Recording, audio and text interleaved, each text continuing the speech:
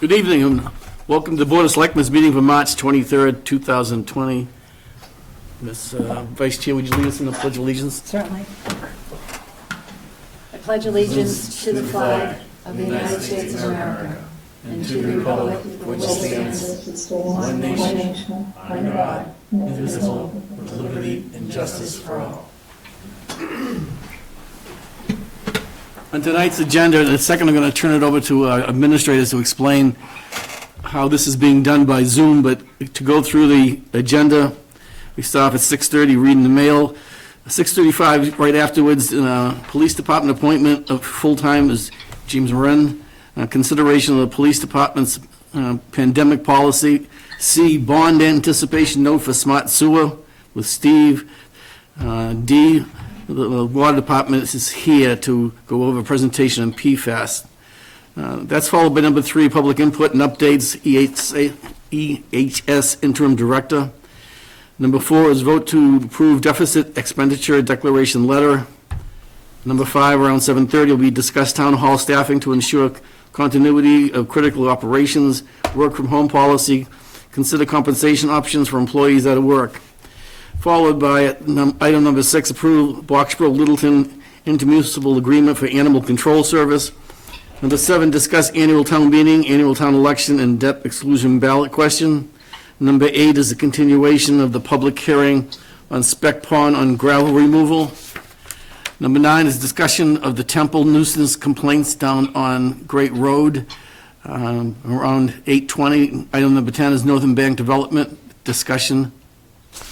8:30 is Board of Selectmen's retreat. And for 8:40, we have, under the town administrator, compliance certificate for resale of 2B Hannah Dodge, unit number 1003.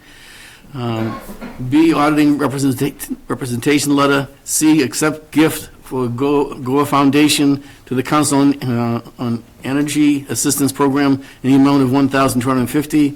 Item number D under this is accept gift donation from Millapore's Sigma Bioprocessing Leadership Team to the Park and Rec Youth Scholarship Fund. E, accept gift from the Rotary to the library. F, acceptance of $2,485.70 for the COVID response grant supporting EHS community outreach capacity, followed by minutes.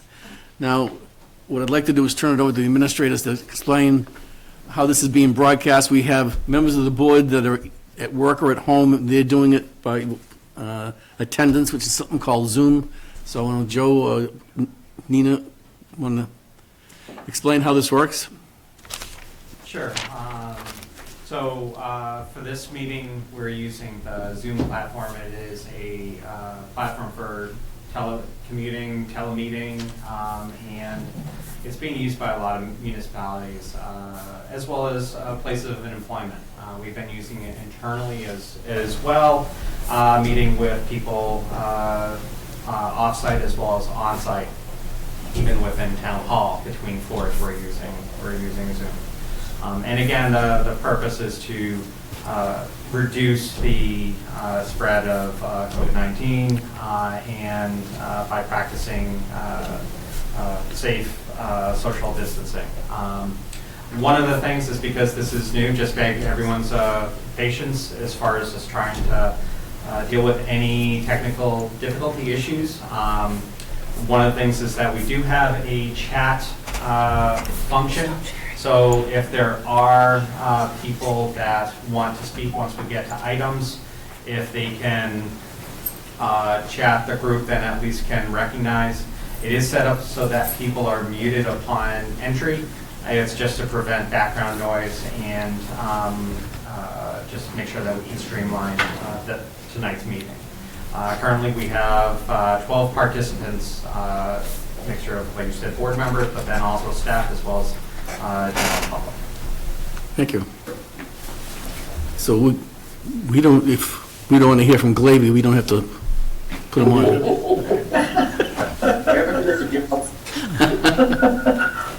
Okay, read mail. What do we have, Nina? Thank you, Mr. Chairman. We received a letter from Comcast Xfinity regarding changes to the network. However, we received an email letter today also indicating that the changes are going to be delayed.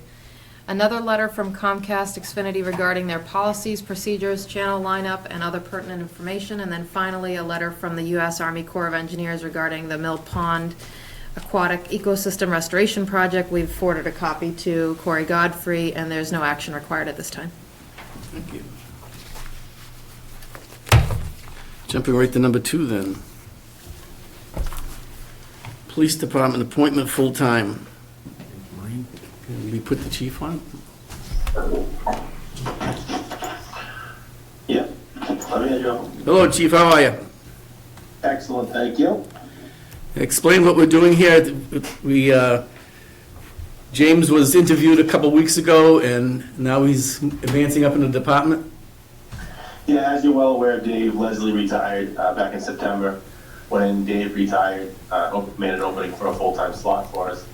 That opening, after some serious interviews, we received 130 applications at first. Wow. Came down to James Marine, who actually is part-time with us now. James is a townie who was born and raised on Mill Pond Road, so Open Road. And he's done a great job. He's full-time, has been full-time in Claremont, New Hampshire for the last 2 years. He received a blessing from the Mass Police Training Council to have the full-time academy waived out of New Hampshire for Massachusetts, and we're hoping to have him start within 2 weeks. Thank you, sir. Discussion to the board? So I was one of the members of the interview team, and James did quite well during the interview process. The fact that he is a homegrown Littleton resident, he definitely knows the town inside and out. So as far as the learning curve, to Chief's point, he was in fact is on the department on a part-time basis currently. And one of the things we were waiting to find out was whether or not he was going to get the waiver from the New Hampshire Academy to transfer over to Massachusetts. So happy to find out that that did in fact take place. As Chief said, the blessing, and I'm excited to have him as part of our department. Great. Great. Nothing to add. So, I guess we just need a motion. This is different not having the people I in front know, of us. right? Do you want to take a check? Bring it or- up. Move that the Board of Selectmen appoint Mr. James Marine for full-time as patrolman for the Littleton Police Department. Second. Motion's been made and second. All those in favor? Aye. Those opposed? Thank you. Hey, Joe, clear now, were all voices able to be heard on that vote? I'm told yes. Okay, great. Joe, I want to say somewhere our guidance from Mears and Harrington maybe said that everything should be a roll call vote if people are, if someone okay. else are remote. Sounds good to me. Okay. You want to do it that way? I think that covers us better. Well, while you're there, you want to vote? Aye. Mr. Glavy? Aye. Cindy? Aye. Chuck? I'm in favor. And aye for me. Thanks, Chase, for pointing that out. Okay, moving on then. Thank you very much. Thanks, Chief. Thank you. 2, bond appreciation note for smart sewer design. We actually moved that one out of order. We moved that one further down, sorry, Steve. Did we put a revised agenda in front of you? I believe it's to the right. Oh, okay, so we should be consideration of the chief's policy and the pandemic policy. If we could. Yeah, I went through it. Do we have any questions from all members of the board? Chuck or Chase? I don't have any questions. Looks good to me. Okay. Paul? Look good to me. Okay, None. Nope. so I guess just, So then I would move that the Board of Selectmen adopt the emergency, the emergency procedures WHO declaration of a pandemic public health emergency protocol. Second. motion been made and seconded. All those in favor, I'll start with you, Chase. Aye. Paul? Aye. Cindy? Aye. Chuck? Aye. Joe? Aye. Passes. So one thing as we work out some technical difficulties that we're realizing is that if I share the screen that includes the motions that we typically have, then you can't see one another. I imagine you'd prefer to see one another and work off of the documents you have, but if at any point you want me to pull up the screen, The actual motion? right, Okay. just let me know. Okay. Thank you. Okay, Thank you C. very much. Thanks. Thank you, Chief. You're welcome, Where's- Chief. where's Thank Jim you. Hart? Congratulations, please. I will definitely, we'll have a swearing in for him after this is all hopefully over and done with. That'd be nice. Thank you, Chief. Okay, now the bond anticipation note. I still stuck another item in there. Unified command recommendations. I don't, We created a new 2C and called it Unified Command Recommendation. Is that- three sets of agendas. Okay, unified command recommendation. You want to go through it? Yes, so the police chief, fire chief, myself, we've been discussing the concept of really instituting a unified command process. We really have a lot of this structure in place currently. We are in constant communication with one another. We are, exchanging messages on a daily basis, anything we need to discuss, or communicating over the weekends as necessary as it relates to this pandemic. But we'd like to memorialize it and ask a board member to join our group and be able to use this venue as a method to be able to institute actions and operations that require timely action. It may also include, if assuming the board is agreeable, things like press releases, so we can streamline those as they go out with one board member and this group. The group would consist of myself, the fire chief, as of course the emergency management director, the police chief, the school superintendent, and our regional board of health agent, Jim Gareffi, as well as a board member. That's the proposal. We wouldn't name anybody specifically, we'd name the position, I would assume. I'd be asking, if the board was agreeable to moving in this direction, I'd be asking for the board to name a specific member to participate in this group. I'm talking about, you just said the regional board member from the Neshoba Boards of Health, Jim Gareffi, but I think that we just need to name Sure. a representative from Sure. the Neshoba Regional. Yeah, I also think it's presumptuous of us to name Jim Gareffi, who is a contractor to the Board of Health. It's the Board of Health that statutorily has authority for Littleton's public health, and it really ought to be their call, who they represent. They may well want one of their own members. This is true. Okay. Good point. The only reservation I have about, like you just mentioned with press releases and that kind of thing, although I trust all, my colleagues, I think that it's important to get the input of all 5 members of the Board of Selectmen before we move forward. I understand that that can cause some delay, but there may be something that one member is privy to or has a strong feeling for or against, something that's going to be presented in the press release. So having just one representative to kind of be the eyes and ears and make their best decision for the whole board, I have a little bit of a problem with that. The only reservation I have is in a situation like this, is that we say we contact 4, but the 5th person hasn't answered. How long do we hold off on the I think person? if we contact the majority, then we're okay. I mean, I'm willing to go that far, but I just don't think that one of us should carry the burden of representing all 5 of us in a situation like that. I think that if it is a pandemic situation, it should involve all of us. Or can we do it this way? Can we name one person to be that person, and that person can contact the majority of the board? That's reasonable. Right. I think that's the best way, especially if it's of a time-sensitive nature. I'd hate to see something get carried over to the next business day or the next day in general when it's information that's really pertinent to get out to the public right away. So I agree. We designate one person from our board, from the Board of Selectmen, and then let that person communicate with the other board members in some respects. But and the other question I had is, it's really the nature of the press release. If it's if it's related to a police matter, do we want to defer to the chief of police in that situation, right? Like we go to the fire, yeah. And same with fire.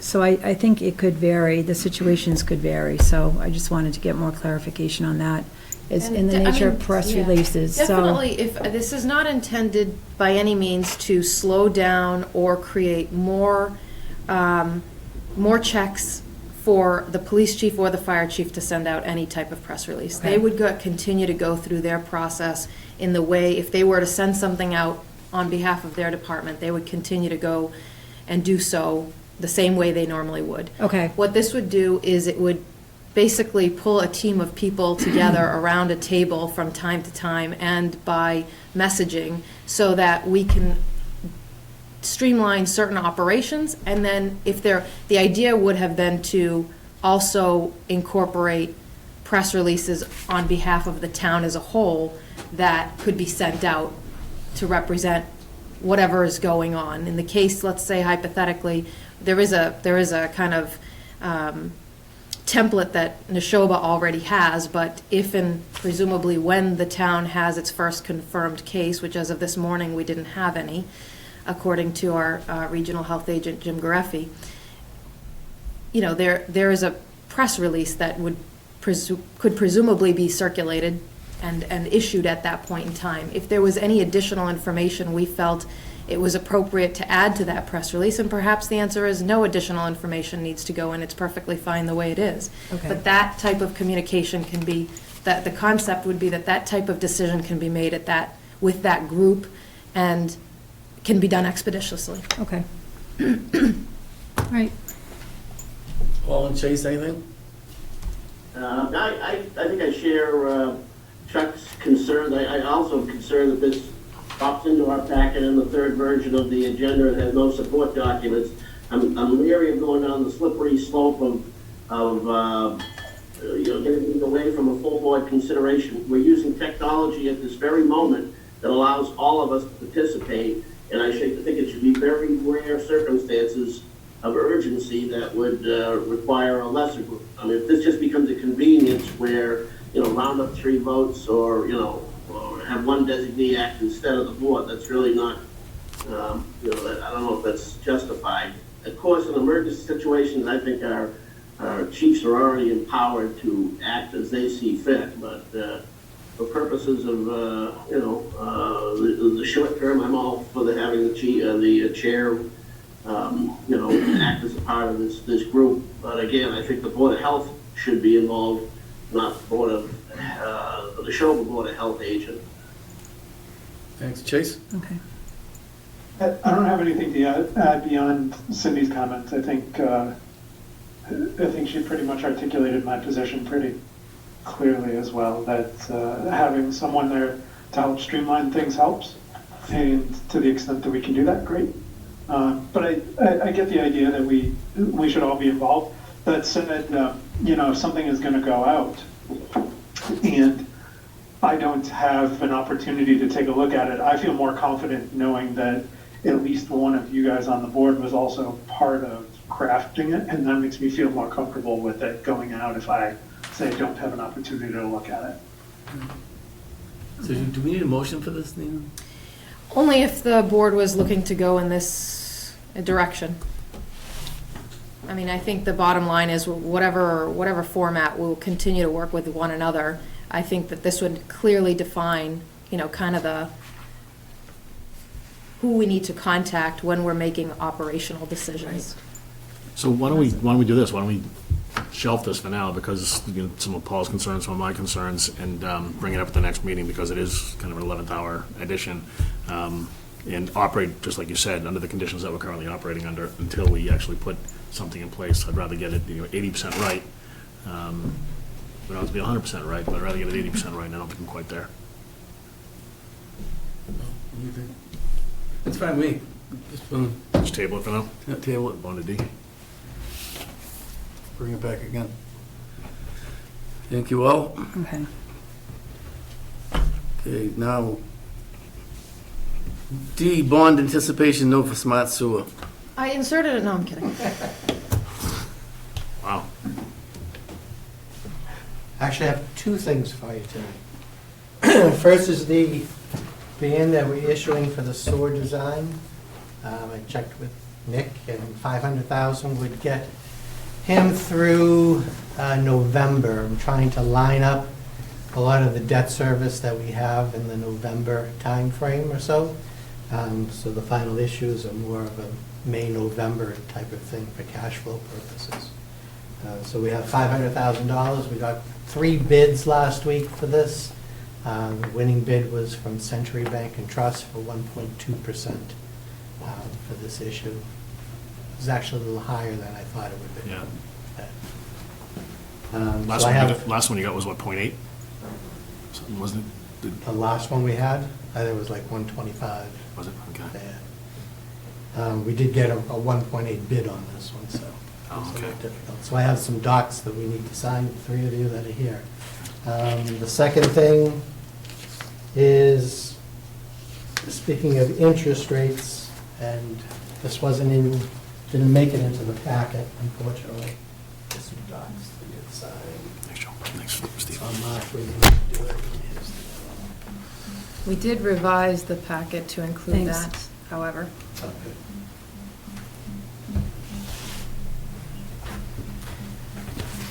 So to take advantage of the low interest rate environment, I was looking at refinancing a bond we'd already issued. And we had one eligible to do that, so we're going to move forward with refinancing that.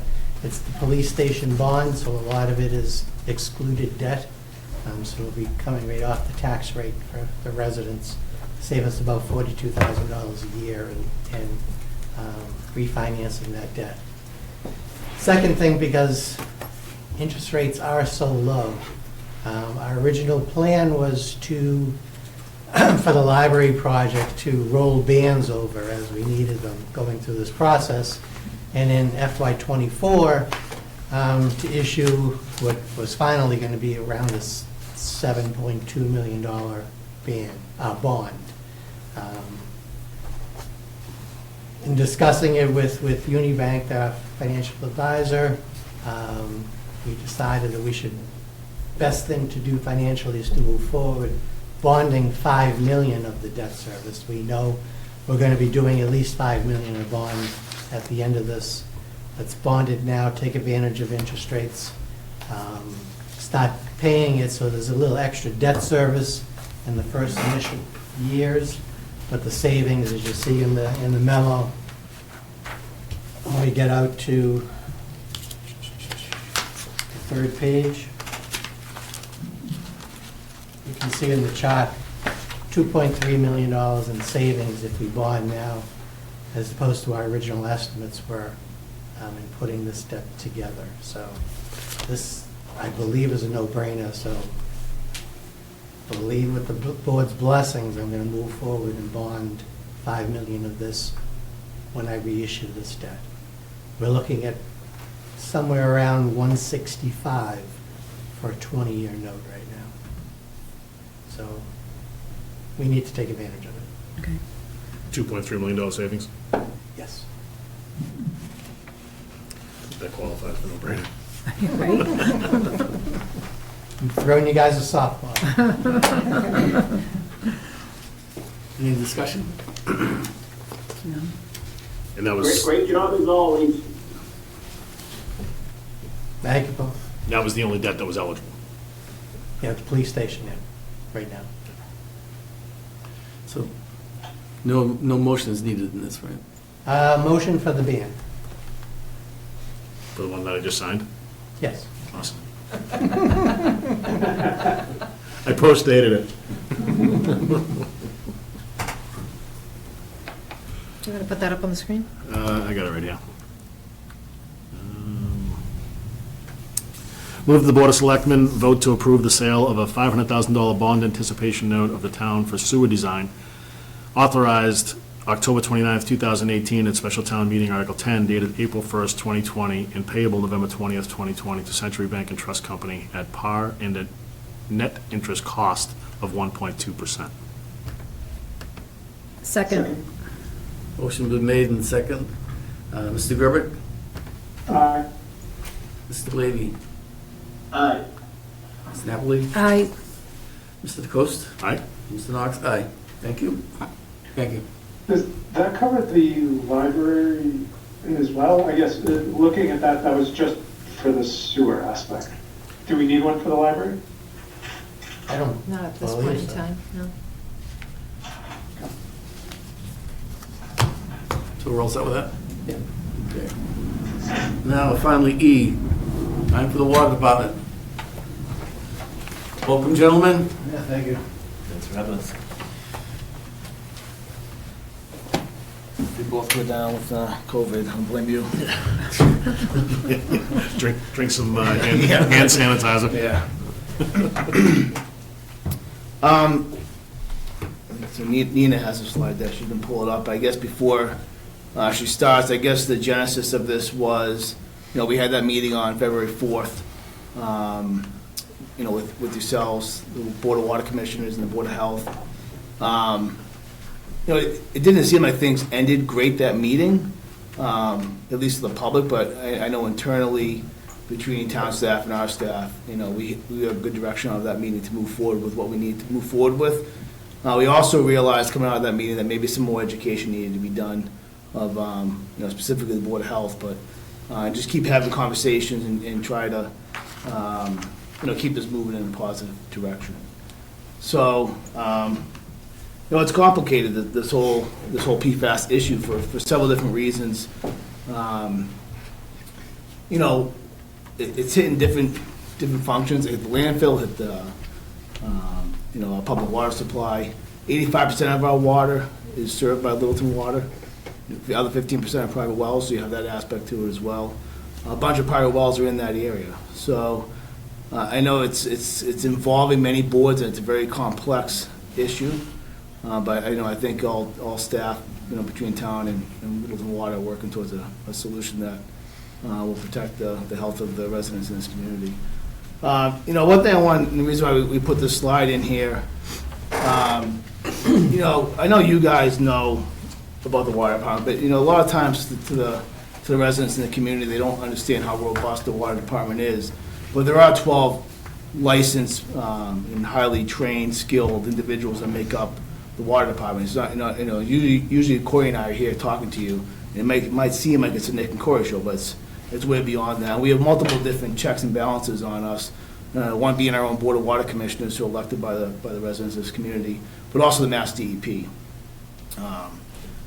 So we gave this presentation that you'll see tonight to the Board of Health at a joint Board of Health, Board of Commissioners meeting. Cindy was in attendance that night and asked, if she thought it'd be a good idea if we came back here and kind of have the same conversation with you.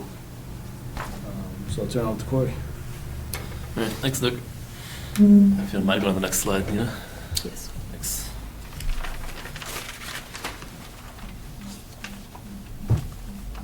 Okay, so this map's a little bit dark, but I just wanted to kind of give a brief overview of the Littleton water system for those that don't, kind of realize the extent of it. So we actually operate 3 public water supply wells in town.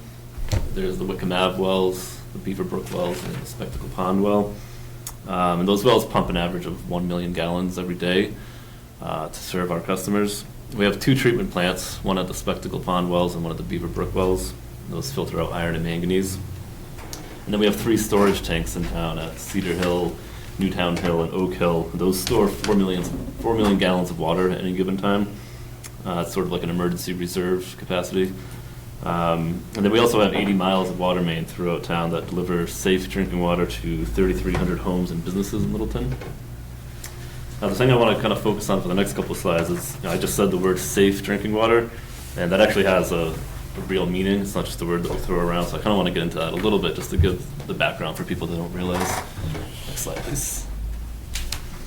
So the Safe Drinking Water Act, that was enacted by U.S. Congress in 1974 to ensure that all public water supplies in America provide safe drinking water. And the U.S. EPA was charged with implementing the many provisions of the Safe Drinking Water Act. And they in turn delegate what we call primacy to state agencies. So in our case, that's the Mass DEP. So Mass DEP carries out the day-to-day enforcement of the Safe Drinking Water Act, including the establishment and enforcement of maximum contaminant levels, or MCLs. And that's a word I'll use a few more times in the presentation here, so just keep that in mind. Those MCLs are for substances, chemicals that Mass DEP or US EPA have determined to represent a threat to public health. And then finally, local water departments are charged with protecting and, if necessary, treating public water supplies to ensure compliance with the MCLs that have been established by Mass DEP or US EPA. Next slide, please. So the way that the water department carries out all this work is through extensive water quality sampling in the zones of contribution to our water supply wells. So we actually collect 3,000 samples for 120 different contaminants every year at our 3 public water supply wells to ensure that we're providing water to our customers that meets all MCLs. And then in addition to that, we collect 2,700 samples for 80 different contaminants at 57 groundwater monitoring wells.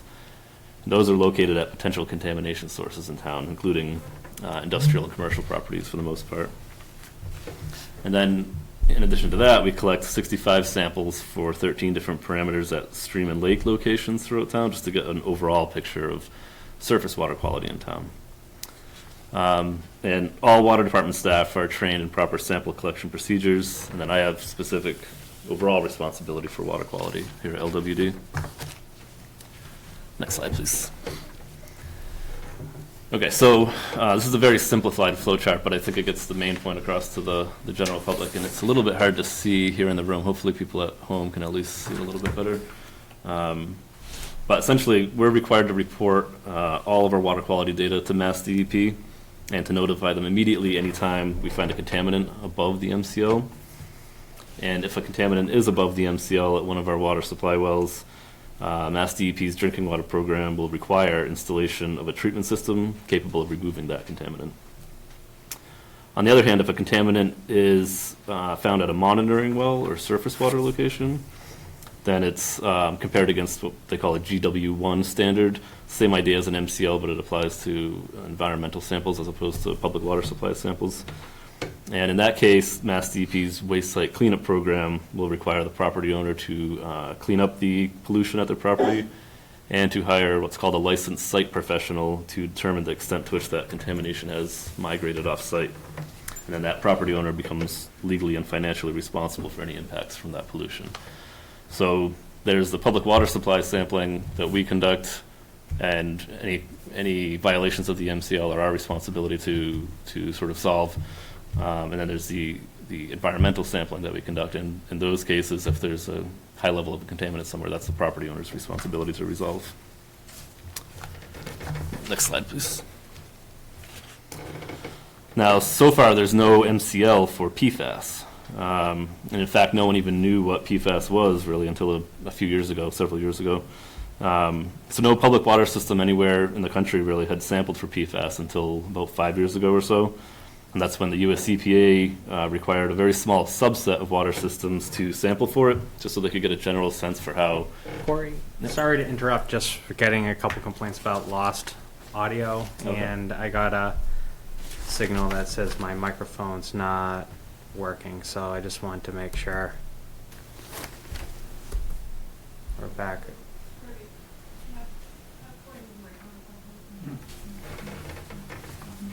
Move it in front of you. Eat the mic. Okay. Hey guys, if you can hear us in the meeting room, we lost audio on the Zoom call.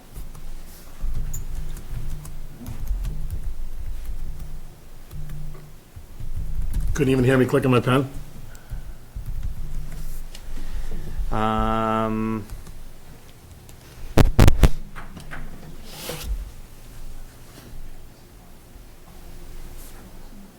Technical difficulties. Yep, exactly.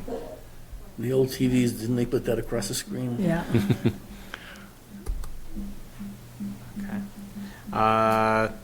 Chase, can you hear me?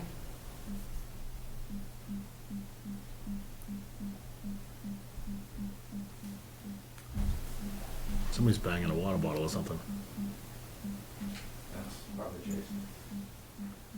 Well, we can easily sound people on the other side. I'm not getting the warning anymore. But also typically when we talk, There's the boat coming in. when we talk, I can usually see the levels going up and down, and it doesn't seem to be doing that. I mean, outside of, Right, and it says no one's talking right now, even though we're talking. Are Chase and Paul muted right now? No. We're going out on Comcast and Verizon, so.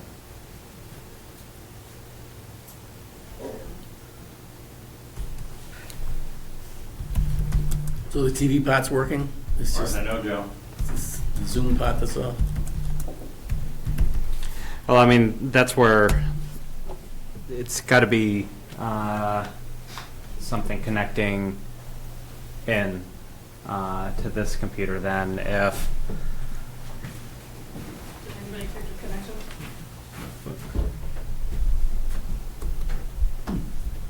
That's cute.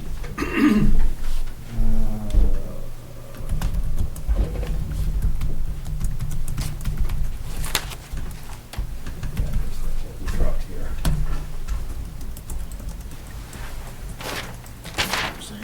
Hey, social distancing, huh? Yes. Hi. Oh, sorry, Steve. Test.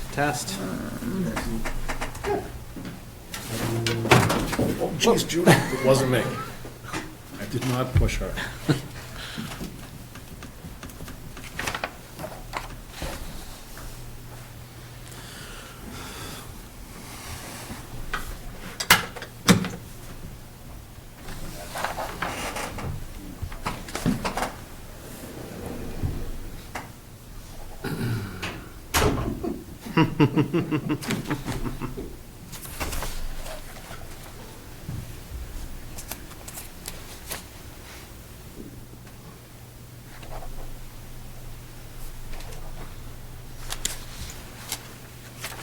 No, we need is the governor's American Sign Language guy. What do we need? Thank you. It's more expensive.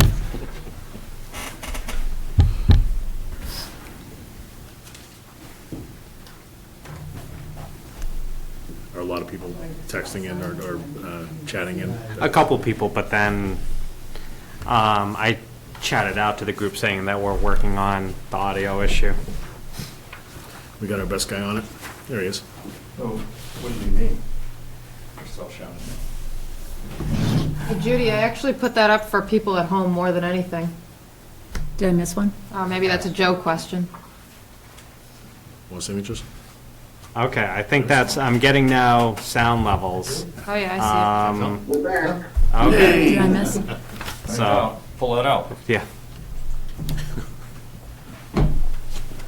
So any questions?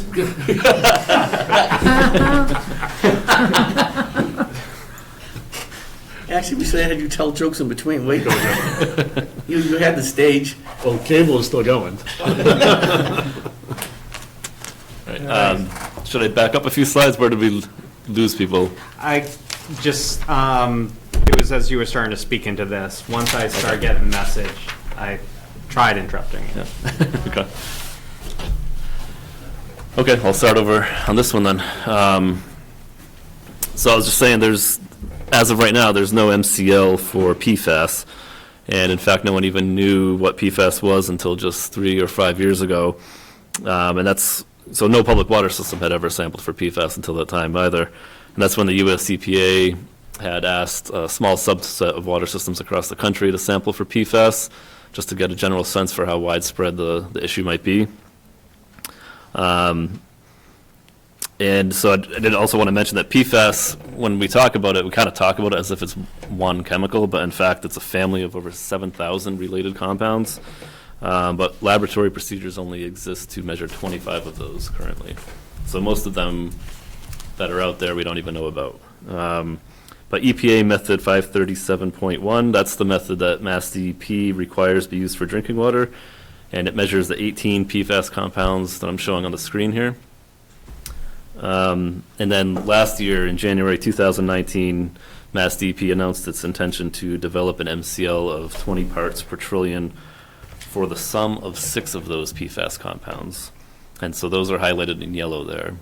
So whenever you hear me talking about a PFAS concentration, I'm talking about the sum of those 6, because that's what's relevant from a regulatory perspective in Massachusetts now. So establishment of that MCL, that process takes a while. The draft regulations were out for public comment until the end of February. Now DEP is finalizing the regulations. I expect they'll be, final within the next 2 or maybe 3 months at the most likely. But so in order to be proactive, knowing back early last year that DEP was looking at establishing MCL of 20 parts per trillion, we decided to voluntarily sample our Spectacle Pond well for those 6 PFAS compounds that were proposed to be regulated. And we found levels of 28 parts per trillion for the sum of the 6. So we immediately notified Mass DEP, the Board of Selectmen, the Board of Health, and we've been sampling monthly ever since. And the results have been consistently over 20 parts per trillion every month. Next slide, please. So right after we notified Mass DEP, they came out to meet with us here in town to discuss the issue, and we came up with a plan to address the contamination. The first thing we did was send a letter out to every one of our customers, followed by another letter that went to every Littleton resident, whether they're one of our customers or not, so that would include the private well owners. And then we also discontinued use of the Spectacle Pond well and hired an engineering firm to quickly evaluate options for both short-term and long-term solutions to the problem, because the Spectacle Pond well represents 42% of our water system's capacity, and it's especially necessary in the summertime when water use increases. Another thing we're doing is, since it does represent such a large proportion of our water system's capacity, even though it's been off since September, there is the chance that we may need to turn it on at any moment in the event of an emergency, if there was a fire in town or a large water main break or something like that. So what we're doing is offering a bottled water bill credit to the DEP-defined sensitive subgroup of pregnant women, nursing mothers, and infants. And that's just in case we need to turn it back on at any moment. We're not able to provide sufficient notice. Those people in that sensitive subgroup can be drinking bottled water in the meantime to feel safe and secure. And then our short-term solution, which we probably remember we talked about at Fall Town Meeting, is to temporarily send water from our Beaver Brook wells, which have much lower PFAS levels, to the Spectacle Pond well and blend the water and bring the concentrations below 20 parts per trillion. So blending's not the ideal solution for the long term, but it's the quickest one to implement so that our Spectacle Pond well is back online for the summer. We'll also be instituting a complete outdoor water ban this summer in order to minimize usage of the Spectacle Pond well as much as possible. And in the meantime, we're redesigning our Whitcomb Ave water treatment plant to treat water from 2 of our 3 well sites instead of just 1. That treatment plant will remove iron, manganese, arsenic, and PFAS from 2 well sites. We expect that design to be complete and ready to bid this fall. Next slide, please. So in addition to all of that, another thing we're doing is we're working with Mass DEP to investigate the source of the PFAS contamination in our Spectacle Pond well. So we've done a lot of sampling around the watershed. This map shows the Spectacle Pond watershed in red. And Mass DEP's also done some sampling on their own out there. And we've been in communication with them on a weekly basis, sharing data back and forth. So this map shows all of the points on there as different color points, but all of them are locations that either we or DEP has sampled so far. And we still have more sampling to do, but so far we've identified 3 what I'll call hotspots with high PFAS concentrations, and those are shown in yellow there. A notice of responsibility has already been issued by Mass DEP to a property owner in one of those hotspots. The other 2 are still under investigation. And some of those sampling points are private wells. So far, all of the private wells that have been sampled on the southern side of the pond have PFAS levels below 20 parts per trillion, but 4 wells on the north side of the pond, 2 of them are in Littleton, 2 of them are in Air. Those have PFAS levels between 23 and 120 parts per trillion. So Mass DEP's following up with those homeowners and is also working to implicate a potentially responsible party upstream of there. Lastly, the landfill was sampled by the Highway Department's engineering consultants under Mass DEP's direction a few weeks ago, and initial results there showed some elevated levels of PFAS as well. So it's coming from multiple sources in the watershed. It's hard to say, what the relative proportion of PFAS is in our Spectacle Pond well, how that kind of gets allocated to those 3 different sources. And there may even be more as we continue to do more sampling. There may be 4 or 5 sources. We're not sure yet. It's still sort of all in process. So no conclusions have been made based upon this data yet? No conclusions yet. Well, other than the one, the notice of responsibility that Mass DEP issued to the hotspot most to the west there. That one's, once DEP issues a notice of responsibility, there's a whole series of actions that property owner is required to follow. They're required to determine the extent of the contamination at their own cost, so they have to hire consultants to figure out how far the contamination on their properties migrated off-site and whether or not it's impacted Littleton's public water supply, Ayer's public water supply, private wells in the area. So that piece of it is a little further along than the rest of it.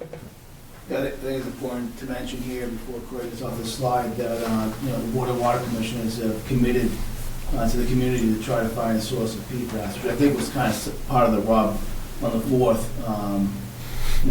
as far as, the speed and the process that was taking place.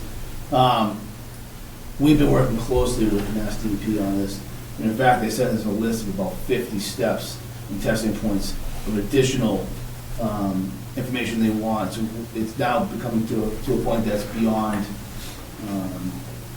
us doing it, because more because of time constraints, not because of skill. And we've actually hired Ty and Bond as a LSP, licensed site professional, to help assist with that, which was a task order of $50,000. That's how committed the Board of Commissioners are to resolving this and finding the source of PFAS, so we can remove it from the water and stop it from happening. Slide. This is the last slide. This one was kind of left over from the presentation we gave to the Board of Health a few weeks ago. We just kind of wanted to make sure that they understood their responsibilities and authorities versus our own. And I'll let Nick kind of... Yeah, again, going back to the 4th, we kind of went back and forth on the responsibility matrix and who's in charge of what, but the Mass General Law kind of lays it out already for us, and the public water supplies under Mass General Law, Chapter 41, Section 69B. That's what gives the authority to the Board of Water Commissioners for the water system and the water that we supply to our residents. And the Board of Health have their own. Statutorily, they're in charge of the landfills and the private wells. Now, obviously, everyone's working together on this to try to deliver a solution to the community, but it's pretty clear in Mass General Law who's the ultimate responsible board for these type of issues. We watched a Board of Health meeting, they're talking about private wells, and our board was committed at town meeting and after town meeting to support the private well owners because they are residents of our community. That support, we're talking technical support, we're talking, things that Corey and I and our staff can do. It changes a little bit when you start talking about infrastructure. We technically can't use water ratepayer money to start connecting people that aren't already ratepayers. So I think that's where, again, where all 3 boards probably have to come together and come up with a solution that works, if that's what we end up doing. Now, you said PFAS problem was like 5 years ago, that's when they... What I'm driving at, the 20 parts per trillion, wasn't that once at 70 or something like that? And what triggered it to go down to 20? Yeah, it's a good question. It's so, the US EPA has what they call a health advisory level of 70 parts per trillion. So that's a federal health advisory. It doesn't have any regulatory teeth to it, really. It's just EPA telling... It was higher than that before. Yeah, a few years before that, it was like 400 parts per trillion. Really? So they keep changing it at the federal level, but they still haven't given it any regulatory teeth. And so the states have been jumping in and acting independently. And there's around a dozen states around the country that are setting their own PFAS standards that are lower than the 70 parts per trillion. So there's been a certain public outcry to lower the limits and to give it some regulatory teeth. So that's where the states have been stepping in and doing their own thing. But it's a little bit unfortunate because each state is setting it at a different level. Some states are setting it at 13, some at 20, some at 40. I mean, it's all over the place. So there's no real consistency across the country. And that's just due to the way EPA has been operating for the past few years. Are we at 20 yet, or are we still at 70? Going at 20? Yeah, so, well, it gets even more complicated because we were at 70 as of 2 months ago, and then Mass DEP revised what they call an Office of Research Standards guideline, similar to a health advisory, same kind of idea. It doesn't have regulatory teeth, but it's the state saying this is what we believe to be of health concern, and so they revised that down to 20. So it's officially 20 in the state of Massachusetts for a health advisory level, but still doesn't have the regulatory teeth that an MCL does. So in a couple more months, when they finally finalize the MCL, then they'll have regulatory teeth. Board members, comments? We do have a question that came in over chat from Christine Nordhaus asking, will the outdoor water ban include vegetable growers, non-commercial? So yeah, so typically the outdoor water ban excludes things like watering your home garden for vegetables and things like that. Chase and Paul, anything? I just have one quick comment, and it's actually, what else be back? It's non-technical, but I wanted to hit on Nick's sort of introduction. That the last time we met on this, I think the public may have gotten the perception that there was disagreement, me in particular, with the water commissioners in terms of the goal, and that's not the case at all. I have a lot of faith in where the water commissioners are trying to go and the water department's ability to get us there. So a disagreement on means and methods. And ultimately, I think we're taking the right proactive steps as a community to address this that a lot of other communities are not currently taking. And that's going to be a problem for them, and it's going to put Littleton in a much better position to solve this in a more timely fashion. So mostly wanted to make sure that the record was clear on what the disagreements were there. Thanks, Chase. Paul? I appreciate the very clear update and look forward, as always, to working with the Light Water Department on the big issue going forward. Chuck or Cindy? No, I just wanted to thank Corey and Nick for coming in and showing this presentation. When I was at the Water Commissioners meeting and I saw Corey's presentation, it was like a light bulb came on. I understood this situation so much better, so I appreciate you coming in and sharing it with the board and the residents as well. I think it'll help clarify a lot of questions that people may have had. Good. Thank you. Joe, one thing that I forgot to mention in the beginning, but we did cancel or postpone our PFAS forum for Saturday. We were working with Kirby and LCTV and trying to do it remotely similar to this, but once the governor made his announcement today of basically non-essential things coming to a stop, we kind of felt that was the appropriate next step for us not to have that meeting. We will eventually have it once this coronavirus situation eases up a little bit. Okay. And we're taking questions. We still have that email address set up. It's info@lelwd.com. So just because we're not having a public forum this area, if there's any questions, we have been receiving a few over the last couple of weeks. Please get them to us and we'll answer the questions. Same, I echo my colleagues with thanking you guys for coming in, kind of clearing the slate a little bit for us so everybody has a better picture of what's going on. But also, you guys do a great job of communicating through your newsletter, through Watson Drops, and just ask that you continue to do that. And maybe in light of the fact that you're not having the public forum, just go into a little bit of a deeper dive, maybe Sure. next publication. But really appreciate your time, obviously, and the approaches that you take. Thanks. Thank you. All right. Thank you. Thanks. Travel safely. Yeah. Is this the number 3, public input? Anything, Joe? I did add EHS interim director to this. Okay. Given an email that you had sent to Cindy, Right, if you wanted, if the board wanted to discuss that. right. To the board members, did you see my email, my update about the EHS director? I don't know if all members saw it. Chase and Paul, did you have a chance to review that email? Yes, I did. As did I, sounded good. Okay. Yeah, so I didn't know if the board had any questions on that as far as the process going forward. The Assistant Director of EHS COA has indicated that she would step in to serve as the interim while we begin the process to publish the position and post the job going forward, so. Yeah, and I mean, at this point, we're due a meeting with Nicole Lorenzen, our assistant director, and we need to have that discussion and make sure we've got all of our ducks in a row, but otherwise just wanted to update the board as to where things stood today and what steps we're taking to get the position filled, and communicating with the chair of the Council on Aging Board, of course, as well. Right. So the goal would be the next steps would be ultimately meeting with Nicole and having a discussion on the subject of the transition, as well as posting the position to go through the interview, to begin the screening process, essentially. But as Cindy's email mentioned, we would look to discuss the screening process at a later time and iron those details out. In the meantime, it's just important for us to get the publication out there as quickly as possible. Right. So, and, I wonder if that's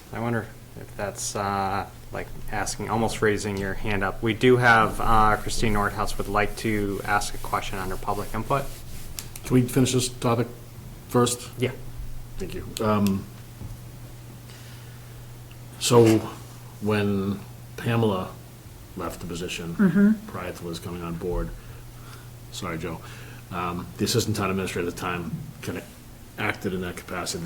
The staff maintained services and that kind of thing. So I didn't read your email, and I apologize. That's all right. But, so I just, is that the pleasure of the board? Do we want to move in that direction? I think Nicole's wonderful and she does a great job. I think that it's a lot of responsibility. I don't know what training or resources we've given to her to be able to take that on. Not that I think you or the town administrator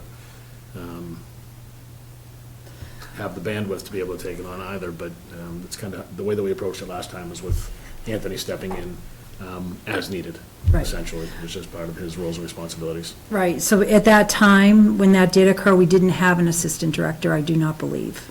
I think the department's changed a lot since that time when that transition took place, so that's why we're looking to move forward in this direction instead. It seems like a better alternative.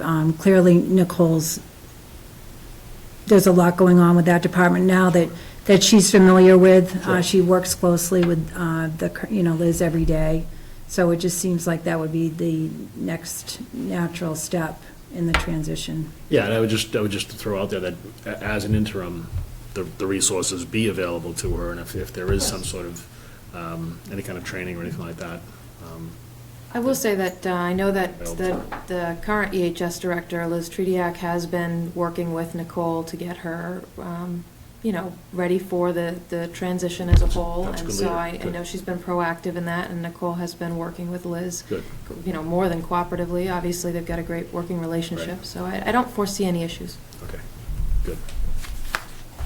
But this, and I preface all of this with, I haven't had an opportunity to meet with Nicole. We've only communicated via email, and this is just an update to the board at this point in time. Right. Anything else? Any other comments on that topic for now? No? Okay, now I guess the fun part of the show.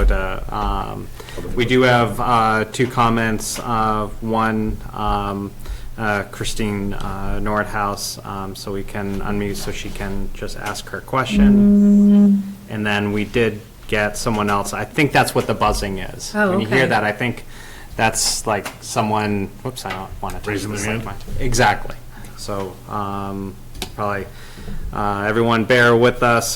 First recognize Christine, and then there's a couple others.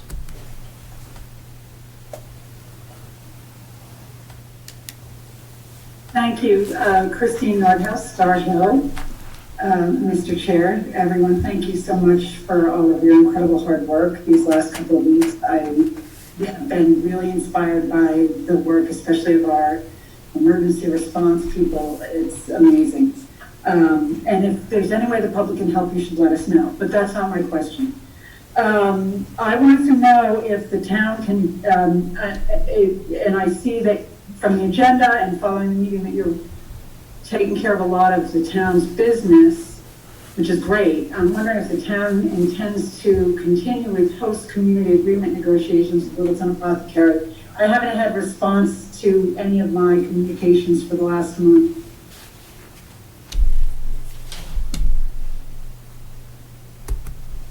That wasn't me. I don't think she finished her sentence there. You want to take that, or you want me to Sure, take it? no, either's I'm happy fine. to repeat myself.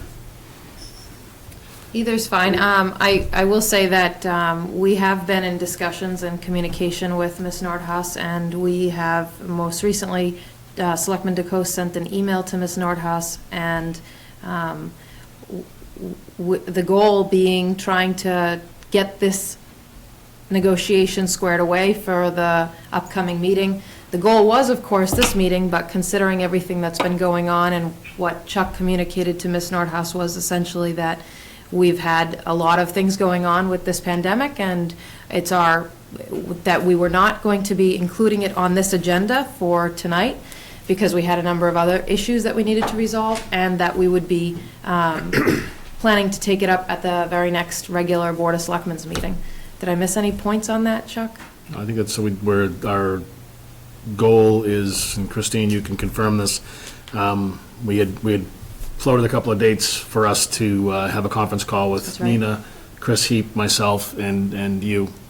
I believe we proposed Wednesday or Thursday. You had gotten back, I believe it was on Friday afternoon or perhaps on Saturday, that hopefully we can get you a date sooner than later so that you can make your schedule, make it fit to your schedule. So I hope that we'll have consensus on when the three of us can meet, and then we'll give you that proposal, and hopefully that can fit into your schedule.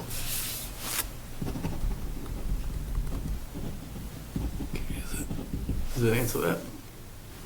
Thank you. Yep. Okay, and then we did also have, You can mute me again so you don't hear Can I do it? my dog barking and stuff. I'll mute myself. thank you. We also have a comment that came in from chat. This is from Erica. One of the things, at least this is a little bit of a aside. When people join, if they've joined by their computer or by their phone, very often it comes up with the information from their device. So when people join, there is the ability to change your name so you don't pull the device. So that's why it says Erica's iPhone. I'm sure that would be a very interesting last name for someone to have, but that's why sometimes these things show up here. But Erica had wanted to relay that. I want to state my support for continuing to pay town employees during this unprecedented time. People are stuck at home and cannot go out and look for a new job. We have a responsibility to support our town employees. Thank you. Thank you. Is that it? That's all the comments that I have right now. Okay. And the board, any input? Well, You're talking about member updates? Yes. Now? yes. Well, just to clear up, in case it's not clear, I'm using this technology mostly to show that we can function in this capacity and to support the notion that we should be social distancing and make sure nobody is under the misimpression that I'm either sick or quarantined, although some people may want that. Maybe the latter. goals are more noble than mine. It's just uncouth to have a beer in the Board of Selectmen meeting room. We're working on it. We're going to do that after May's election, Chase. Great. Thank you, Mr. Chair. I just wanted to acknowledge the amazing outpour that our residents have shown during this very, very difficult situation, the amount of caring and compassion that's been exhibited across the board and shown to each other, I think is something that as a community we should really be proud of. It's really a reflection of who we are. I mean, Littleton is a community that cares, and we've historically always come together when we've needed to. And this is just another example of that type of situation on a much, much different level. Unfortunately, it's a scary time for all of us, and I want people to know that we're all in this together, and it's going to be a difficult few weeks. Hopefully, the future is unknown. We don't know where this is going to go or what's going to happen, but I think as a community, if we continue to do what we've been doing, and that's looking out for our neighbors, looking out for each other, finding out what people need, and trying to get them those resources, we're going to be fine. I mean, we're going to get through this, and this too shall pass. Someday this is just going to be a memory, like many other things that we encounter in everyday life. And so I just want residents to try to stay positive. I know it's really difficult, especially being home. You're away from your coworkers, you're at home with young children, you're at home with teenagers, you're isolated in some respects from your friends. I talked to a couple of my friends on the phone the other day, and it was weird because I hadn't heard their voices in so long. So it's just those little things that we take for granted. I think it's important that we do take care of ourselves mentally as well, exercise, try to find something personally for yourself, especially if you're home with children and you're feeling stressed out. Mental health is really important right now. So I just want everybody to try to stay positive and know that we're here. Your elected officials and your town administrator, employees, the first responders, chief of police, chief of fire, have been remarkable. And the last thing I just wanted to say is I really wanted to acknowledge the unsung heroes of this situation. Our grocery store clerks, our pharmacists, our pharmacy technicians, our truck drivers, everybody in our community, the gas station attendants, the restaurants are staying open to provide us with food. The farm stands especially, man, are we lucky that we have such wonderful, vibrant farm stands in Littleton. They're really the unsung heroes that are going to help carry us through this. So I just hope that everybody can, remain positive, remain kind, and just know that we will get through this together. Thanks. Just a couple points, and just to kind of piggyback on what Cindy's saying with the unsung heroes and that kind of thing. Many of us do a lot of fundraising and that kind of thing. So we all knock on the doors of all the businesses in town, and we ask them to donate to whatever our cause is. And many of those are the restaurants in town, and they're being hit pretty hard. And so if you can find a night that you can do takeout with your family at one of the restaurants, or maybe just go to your favorite restaurant or one of the restaurants in town that's been good to you and buy a gift card. A little bit's going to go a long way to try to help them get through this hump as we flatten the hump.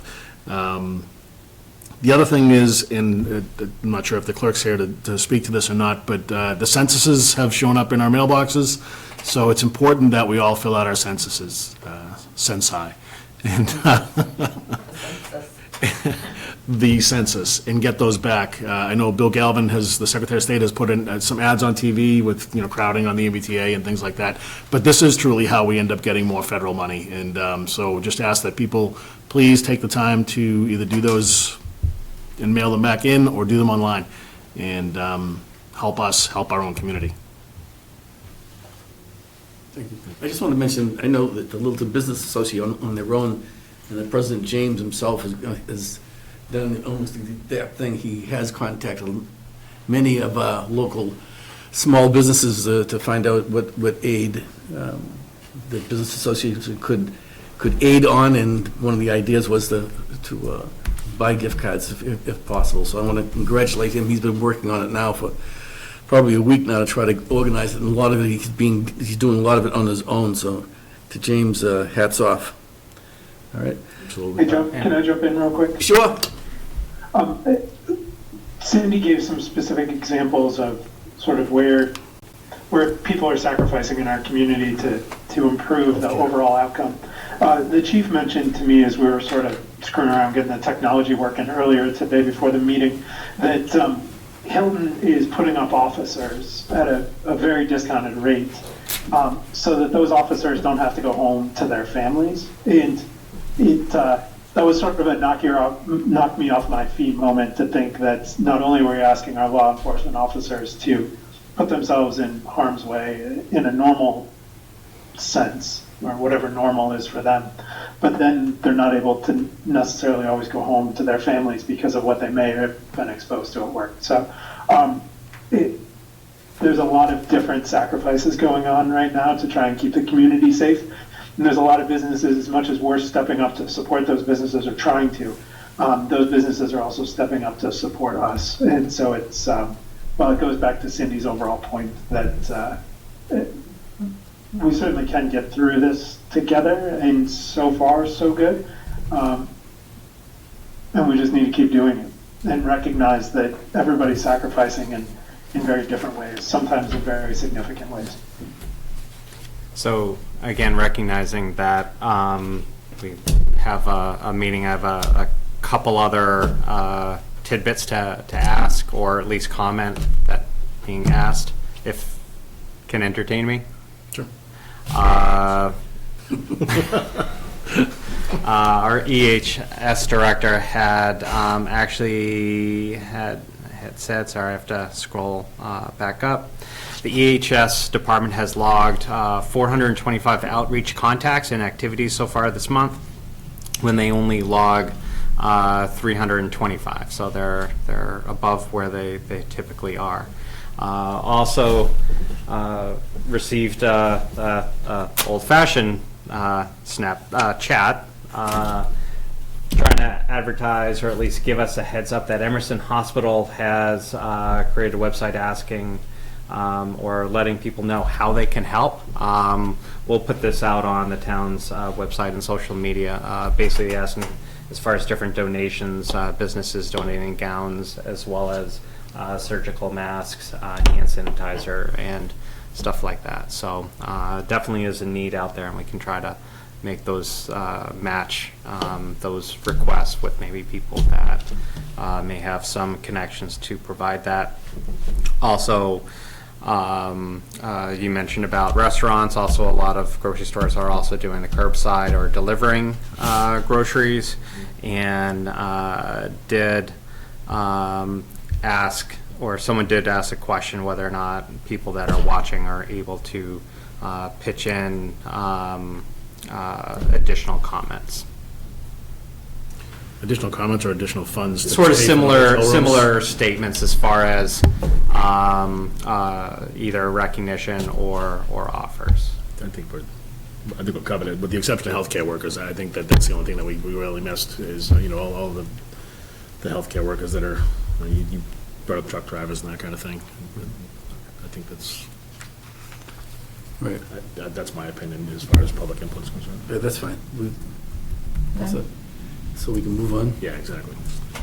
Okay, 4, vote to approve deficit expenditure declaration letter. Thank you, Mr. Chairman. So in the board's packet, there is a memo from the finance director that outlines the benefits and the objectives of signing a deficit spending letter. Essentially, the Division of Local Services has provided some guidance to communities on what their requirements are in order to spend in deficit. As you know, if one of our departments, let's say in the more likely scenarios, police or fire, find themselves in a situation where they have expended their budget and they need additional resources, if they were to approach the town accountant and say, I need to make this purchase, the town accountant would have to say, I'm sorry, you can't do that without a reserve fund transfer.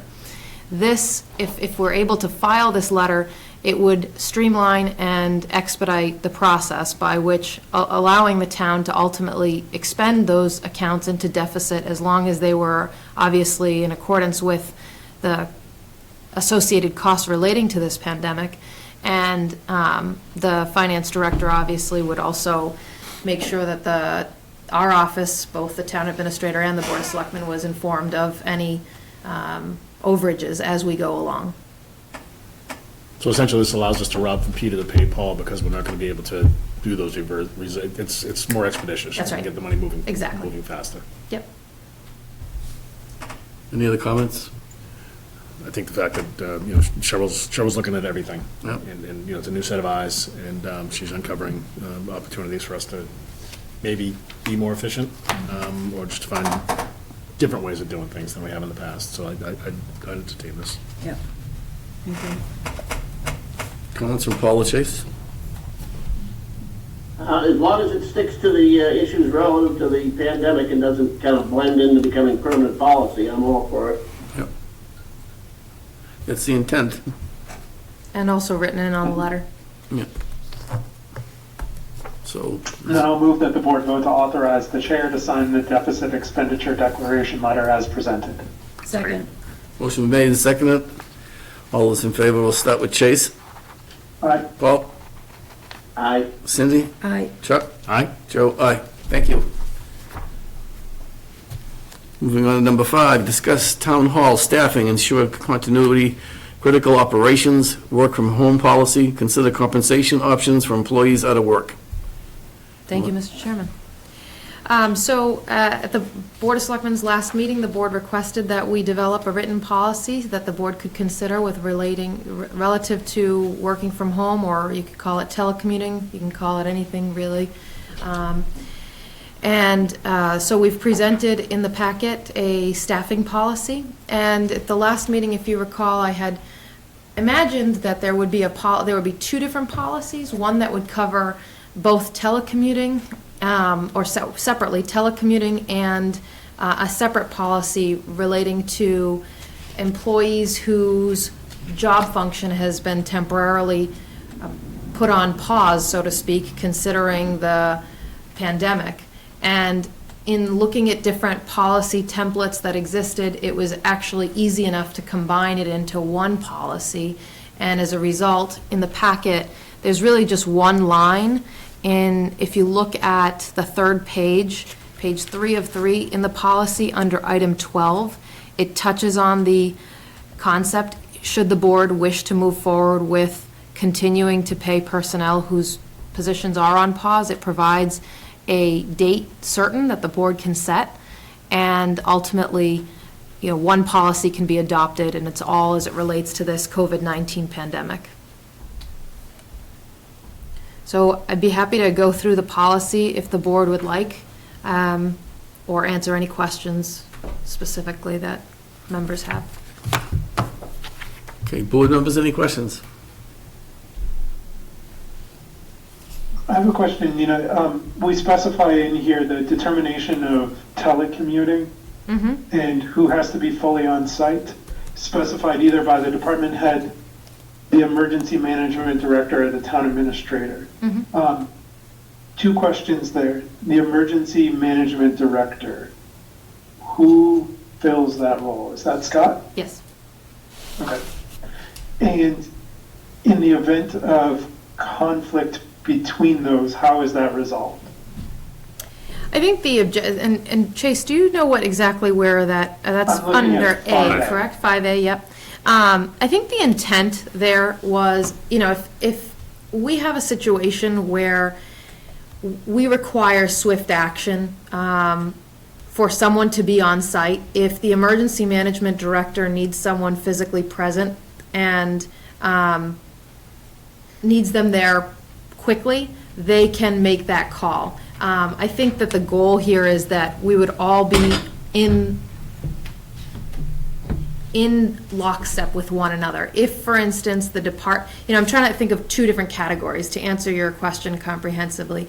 If the department head is the individual, then the fire chief and emergency management director, being as, of course, one person, and I would make that decision, you know, in lockstep.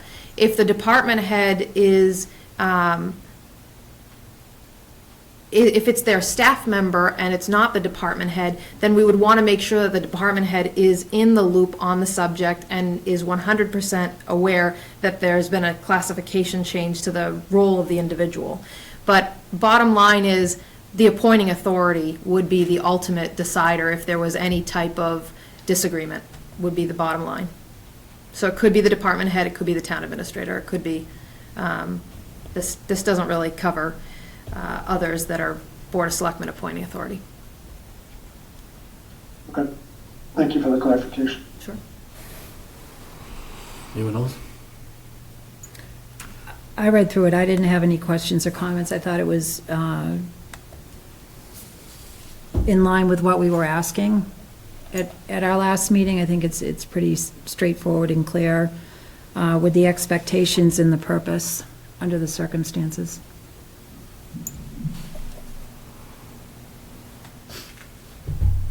So, if no other comments?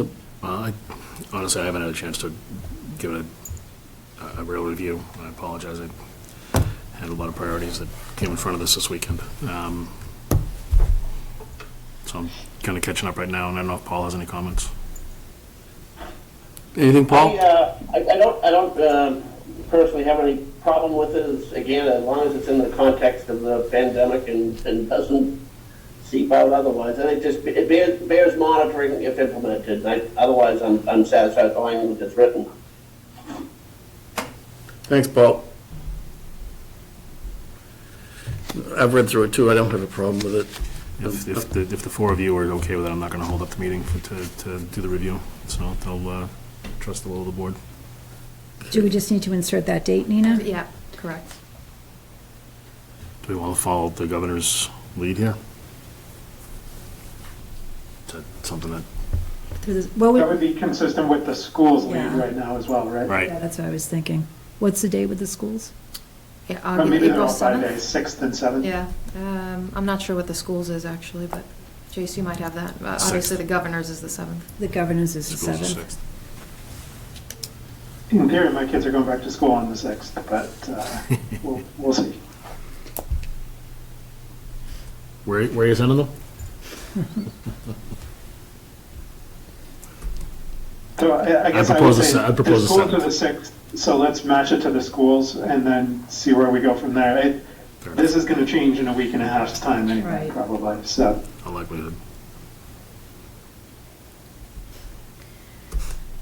Technically, you won't need both motions if you agree on amending the policy to insert a specific date. Okay.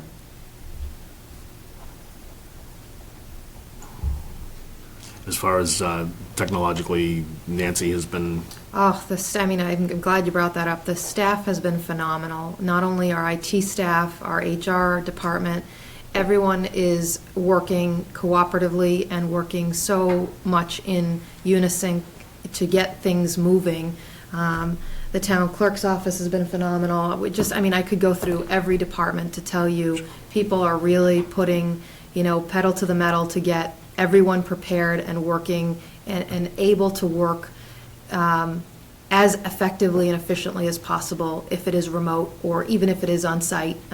It's the teamwork on the part of the town employees has been tremendous. so this is at the recommendation of the department head. Ultimately, it comes down to you, with the exception of the police chief and the fire chief, because they Right. report to us. So ultimately, it's your call. Yeah. The department head, obviously, and I would work together, or HR, I might designate HR to work with, and our HR director is actually technically our assistant town administrator, to work with departments to make those finite decisions, and then ultimately bring them back to me so that I'm informed, in the loop, and can ask any questions before we make decisions. The reality is, tomorrow at noon, there are some material changes that we need to be thinking about. And we've spent a little bit of time thinking about that, but it obviously happened at 10 o'clock today when the governor had the press conference. And we're going to be working towards getting more certainty and more clarification on those details between today and tomorrow, so we can make those decisions that you mentioned. Yep. Mr. Chair, if I may. Please. So Nina, the wording on the motion says move that the Board of Selectmen vote to approve the Town of Littleton staffing policy as amended. So we're amending an original policy. I thought we were creating an emergency policy.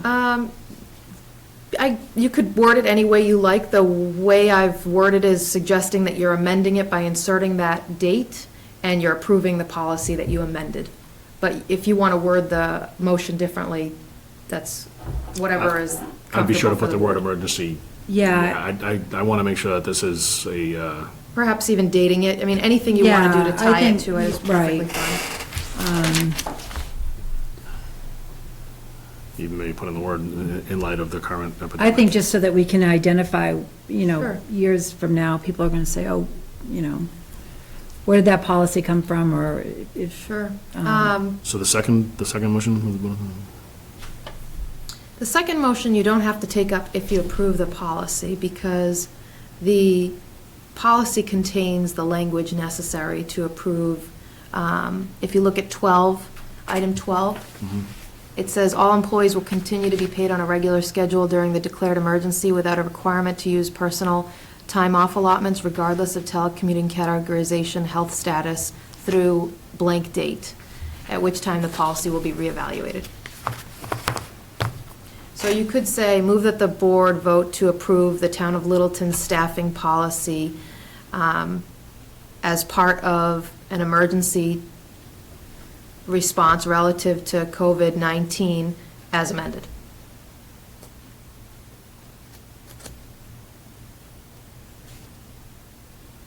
We all right with that? I'm fine with it. What? sitting in my hands. Oh, all right. Paul or Chase? Sounds good to me. Okay. Cindy, could you make the motion? I missed a little bit of it. Yeah, I know, I was When just trying to video read, cut all out. right, so. I was gonna say, move that the Board of Selectmen vote to approve the Town of Littleton's emergency staffing policy with respect to the COVID-19 epidemic as amended. We need, yes, and perhaps there could be a second. Well, we need a date certain. Well, that's what I was gonna say, but usually, procedurally, you do it after the second comes in for discussion. I'd rather put it in the motion. You wanna date it today? Or what do we date it? I think that- you're referring to the blank date. Yes. Oh, April I'm 6th. sorry, yeah, April, what did we say? Effective through April April 6th, 6th. 2020. So I just checked, and it turns out the schools are actually closed through the 6th, so we should make it consistent with the governor's motion and the schools, 7th. which is actually the 7th. All right, so I thought as amended My covered bad. the 7th. Perhaps. I mean, that was perhaps your intent, yep. Yeah, that's the amended language. Second. Okay. Motion's been made and seconded. Let's see, Chase? Aye. Paul? Aye. Cindy? All right, Chuck? Aye. Joe? Aye. all right. Now, we're supposed to have a public hearing at 8 o'clock. Do we take that up now and go out of order? Your discretion. Why don't we, to get it out of the way? Continuation, at least open it. So we need a motion to reopen. Yes. Joe, would you mind leading this item? Layden. Sure. We're talking about, what item was that? Is that 8? 8, yes. Number 8, the continuation of the earth removal hearing, 64 Spectacle Road, which has been going on now since, what, November? Move that the Board of Selectmen vote to reopen the continued soil removal hearing relating to 64 Spectacle Pond Road. Second? Motion been made and seconded. Chase? Aye. Paul? Aye. Cindy? Aye. Chuck? Aye. Joe? Aye. Okay, reopened.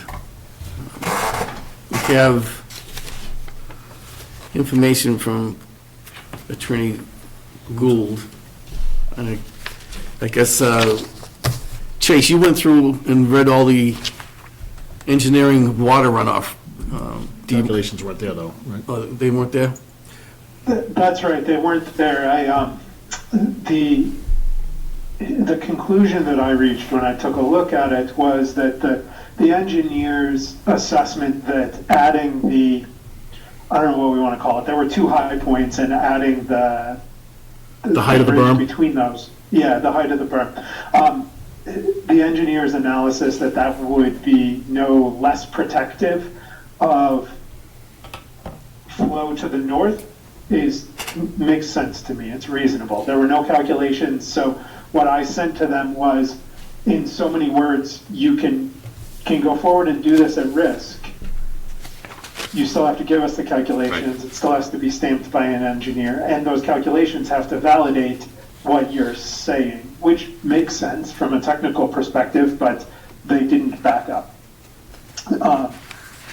And then also put some comments in there about they're not allowed to modify the grades on property that isn't theirs, because it looked like that could be a concern based on the grades that they were trying to hit and everything like that. So that's essentially where we left it. There were some other comments in the email to them, but that was the gist of it. If you want to go ahead and do this work, it seems right, but you're going to do it at risk. And we need ultimately something that validates what was done. So you would recommend making it conditional upon receiving those documents? I think so. And my comment here is that these calculations are not overly complicated to Right. do. I have no reason to believe that the engineer couldn't do them in a reasonable way. And I have no reason to believe that the engineer's stamp, right, his professional liability goes behind that stamp, that there would be anything significantly wrong with it if he was willing to stamp it. So the only comment that I made was that if they are going to go down that path, that he should also take a look at the other control points to make sure he's not just sending water in a different direction. Mm-hmm. I doubt he will, but he should take a look at that too.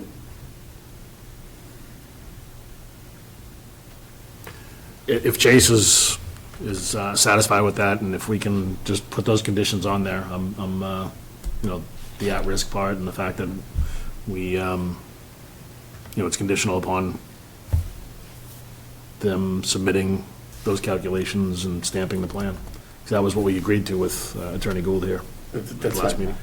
And I just want to make sure things move along, because, Right, We want to get the work done. yeah, right. And, Yeah. and that would be at least recommendation would be taking the proposals that Chase had identified in his emails and basically identifying and putting that in form of an approval. It can be the work at 64 Spectacle Pond is approved with these following conditions. And, for example, one's going to be an as-built plan.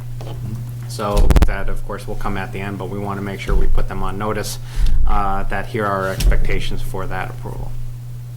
So you can guide us through that. Yeah, that makes sense. Okay. And the way I tried to craft the as-built requirement is that if they, for some reason, don't follow through with an as-built, we have the latitude to go get the surveying done and have an as-built prepared ourselves and calculations done based on that as-built to validate what they did. So it's not that they're going to be able to simply do the work and walk away. Just heads up, we have to take a timeout and maybe unplug our USB, Kirby. We have a microphone issue again. You fine with that USB? Do you hear us, Chase? No. I have an exclamation point. Let's try this to start with, sir.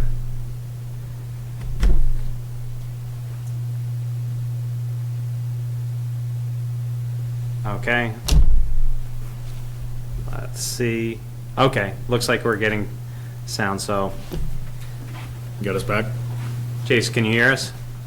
You can hear you, can't say Okay. anything, but Oh, there we go. Okay. so do we want to craft a motion to get this done? Well, Whoops. close the hearing first and then do it, or? Yeah, how do we do that? Yeah. We've closed the hearing first, right now, Joe? Yes. Yes. Sorry, I got distracted. We're all trying to multitask here, responding to messages, responding to.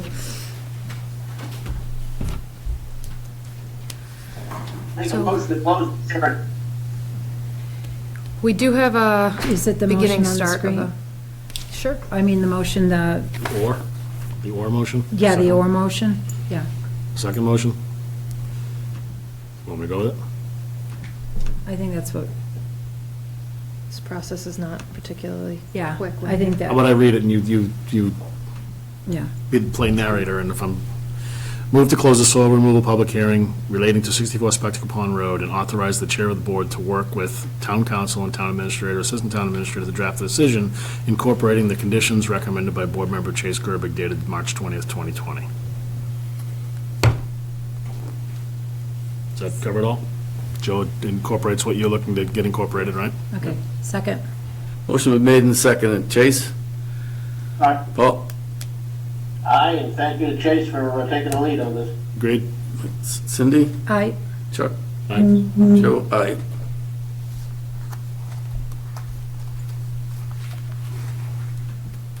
Okay, back to number 6. Approve Boxborough Littleton intermunicipal agreement for animal control services. Thank you, Mr. Chairman. I think this is pretty straightforward. We have our annual renewal for the intermunicipal agreement with the town of Boxborough for animal control services, and this is, I mean, as you can see in the packet, the costs have incrementally increased each year. The police chief and myself, we've taken a look at this agreement, and everything seems to be in order. I'd recommend that the board vote to approve it as outlined. Okay, questions from the board? No changes, no edits, no, No. Just monetary, but materially reasonable. it's, I mean, it's, we have kind of like a reciprocating agreement. We do the same with them with our LCTV, right? Right, exactly. So, what? I didn't know if Paul or Chase had any comments. No, I'm fine. Okay.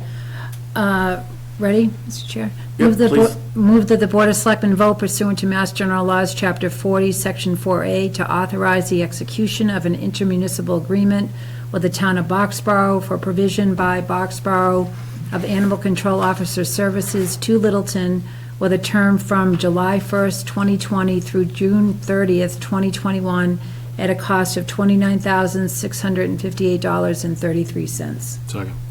The motion's been made and seconded. Chase? Oh, aye, sorry. Paul?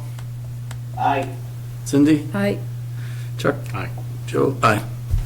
It carries. Item number 7, discuss annual town meeting, annual town elections, and debt exclusion ballot question. There. Try to make this as streamlined as we possibly can. There's a lot of changing things that are happening very quickly. Sure. As far as annual town meeting, since that's the first item, under this item in general, the annual town meeting, as of course the board knows, we've moved it to June 1st, but we are kind of in a, the action that we took was step one of a two-step process. And the second step would be to have the moderator declare that there was a public health emergency and post and go through the process to make those changes. At the same time, going on behind the scenes is the work that's being done by the governor and work that's being put together to try to give the Board of Selectmen technically the unanimous authority or the ultimate authority to make that decision on its own. And at this point in time, we're still waiting for that legislation to be finally signed. And while I don't expect any changes in it, when we take up the process to ask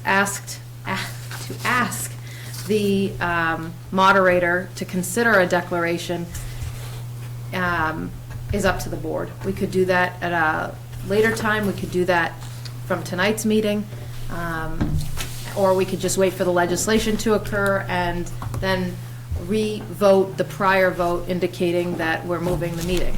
Now, the other thing I'll mention is we may be in a situation to have to move the meeting again, considering the fact that we may need to look more closely at our revenue projections. There's a lot to be considered at this point in time, and obviously we want to make sure that we're presenting a budget for which we are comfortable and confident as we can be about the revenue anticipations. And the picture of things may be changing rapidly, obviously. So just some thoughts to put out there for the board to consider as we take up this item. You don't have to, but the bottom line is there's no action that's necessarily required tonight as far as town meeting is concerned. Madam Clerk? So town election. So today, legislation gave the authority to either the selectmen, town council, board of registrars, or town council to postpone the election. The reason they added into the mix the board of registrars is the fact that There's dates that are affected by that. well, no, the reason they added board of registrars is because they don't want to, there's been people that have complained that if it goes to the board of selectmen, there could be consideration that you are making the decision based on the fact that you may be coming up for re-election. So they added the board of registrars onto that. And of course, Nina added that the governor has to sign it. But, if, we don't anticipate that there will be an issue with him signing it. But if he does not sign it, then obviously we'll still be going on with the May 9th election. So in that case, we've been asked by council to, not town council, but Secretary Galvin's office, to reach out to the citizens and explain to them a little bit more about early voting, which we all know what early voting is based on what we've done in the past. It's not early voting coming to town office, but it's much like absentee voting, but we'll be sending out the ballots to people in their homes. You're just going to let us know that you want to early vote. You'd get it in in the mail. It would be in an early voting envelope, but it's going to be an absentee vote, absentee ballot. So they're telling us to reach out and explain that to the residents if we don't change our date of the election. The other thing we have to talk about is the fact that at the polls, if we keep it on May 9th, most of my people that we work with are elderly. So we're looking to our younger people in the town because they're not working right now. And we would, we'd have to change the way that the setup is, obviously. Normally, we would have two people that are working side by side. Right. We'd be separating those people. When you come into check in, there'd be two separate tables. When you check out, there'd be two separate tables. So a lot of things would be a moving target if this doesn't go through, and if we decide not to change the date. So, this did happen today. We have to wait for the governor's signature, and if you decide as a board not to be the ones to make that decision. So that's why I'm here tonight, just to kind of talk to you a little bit about it and what date you do. You don't have to make the decision. If you make the decision once it's signed, if you make the decision to change it, you don't have to make the decision on the date right away. So we could still go ahead. Today was the last day to turn in papers. You don't have to make the date decision, so we could still go ahead as if the date was for May 9th and do the election ballot, because you can still use that same ballot regardless of the date that you change the election to. So there wouldn't be a sliding scale, essentially. So as far as the nomination dates, those Nope, would none not of that get slid out. changes. That all, Yeah. the Yep. deadline was pull papers by last week, Yep. turn them in by this afternoon, and that's all All that, static. yeah, So all that stays the same. The so only thing that would. you're able to print Yeah. you're able to print the ballot. Yeah, the only thing that would change would be the last day to register to vote and the last day to request an absentee. And perhaps, this is kind of shifting to the item C, the last day to transmit an election question, right? Would Right, shift too, yes. technically. Yeah. Which makes the Third next would item a be, little yeah. bit difficult, but it just complicates it a little bit, depending upon what direction the board wants to go. But we can The debt take that exclusion. up once we're at that item. Just at first blush, I think that, we're moving town meeting for exactly the reasons that have been stated as far as social distancing and, being responsible and not having large crowds together. There's never going to be, fewer than 10 people at the polls. It's just not, regardless of how far apart you put the poll workers. We're not sure if we're going to get enough poll workers. I think that if we can try to implement something else, another date, that will ensure the best success that we can have with the election, I think that would be the most responsible thing for us to do, or for us to recommend, since there are other parties that have to endorse whatever decision we make moving forward, right? Right. And the other thing too is, if we do move it forward, obviously, those, on every level, those parties that are in the position that is up for re-election, they would stay in the position they are until the next election, until the election actually occurs. So that happens as well. So there's nothing that has to be done right now. In theory, in theory, no. And in theory, there's really no action that we can technically take at this point in time either. But Right. understanding what you said, Right, right. I think the bottom line is bearing in mind what may be the future, which is you may need to move the election, kind of lining up other decisions alongside with that concept and doing our best to make those judgment calls now so that we can predict how we need to handle other things that we need to execute, such as the item C, the debt exclusion question, should the board wish to execute such a question on a ballot. So, shifting quickly, we can always come back, Mr. Chairman. With that segue, if we were to not move the town election, then we would need, if we wanted the debt exclusion question at the May 9th town election, then we would need to vote this language tonight. If we anticipate moving the election, then while it's no guarantee, we could vote this language on a different night. Then the third option is if we don't want to use this language at the annual town election, we could look to put it at the November general election. Because there was a question at the last meeting. Are able to do that?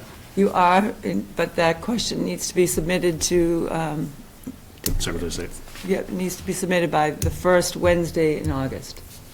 Okay. Yeah. So, may I?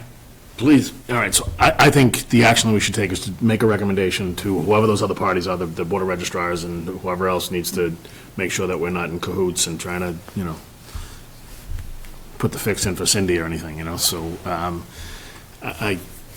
I would recommend that we push it out, whether it's the Saturday on either side of, where we're proposing to have town meeting. I just think that we don't have to pick that day right now, so I would say that we bring that recommendation to the other parties that, in order to get that letter off to the governor to be able to move forward.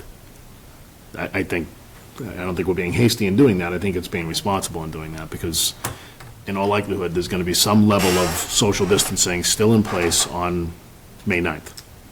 Well, you don't have to recommend it to the governor or anything. Once the governor signs it, you have that authority to make that change. Right, So- so what the legislature says is that the legislation says authorizes the select board, town council, board of registrars, city council of a city or town to postpone a municipal caucus or annual or special municipal election. So we can do it without anybody else. Correct, yeah. Unless somebody So cries they're foul. giving, so normally if we wanted to change it, we would have had to go to the legislature and ask for permission to change it. Fair enough. But because of the pandemic, I misunderstood. they're giving the cities and towns permission to make the change. Got it. Versus us going to them. So they're giving cities and towns the permission to do it themselves. Normally, we would have to do the other way. That would be my recommendation, Mr. Chairman. But until it's signed by the governor, We're still on for May 9th. we're still on for May 9th Right. right now. But I don't foresee the governor not signing it, Mm-hmm. but. Chuck, to your point, whether we do this on May 9th or a month from now, there's probably going to be some element of this, hopefully a small element, Right. but still some element of this. So the additional time also gives us a chance to make sure we get the vote by mail option. Hey, Chase? Put the microphone in front of your mouth. Please. Thank you. All right, Please. all right. Thank you. Didn't realize it was up. In case I wasn't at all clear, the extra time also allows us to get things sorted out to maximize our ability to do the vote by mail option. Right. Agreed. Anticipating that this will be a problem for us for the foreseeable future. And so, a short-term delay doesn't seem unreasonable. If I may, Joe.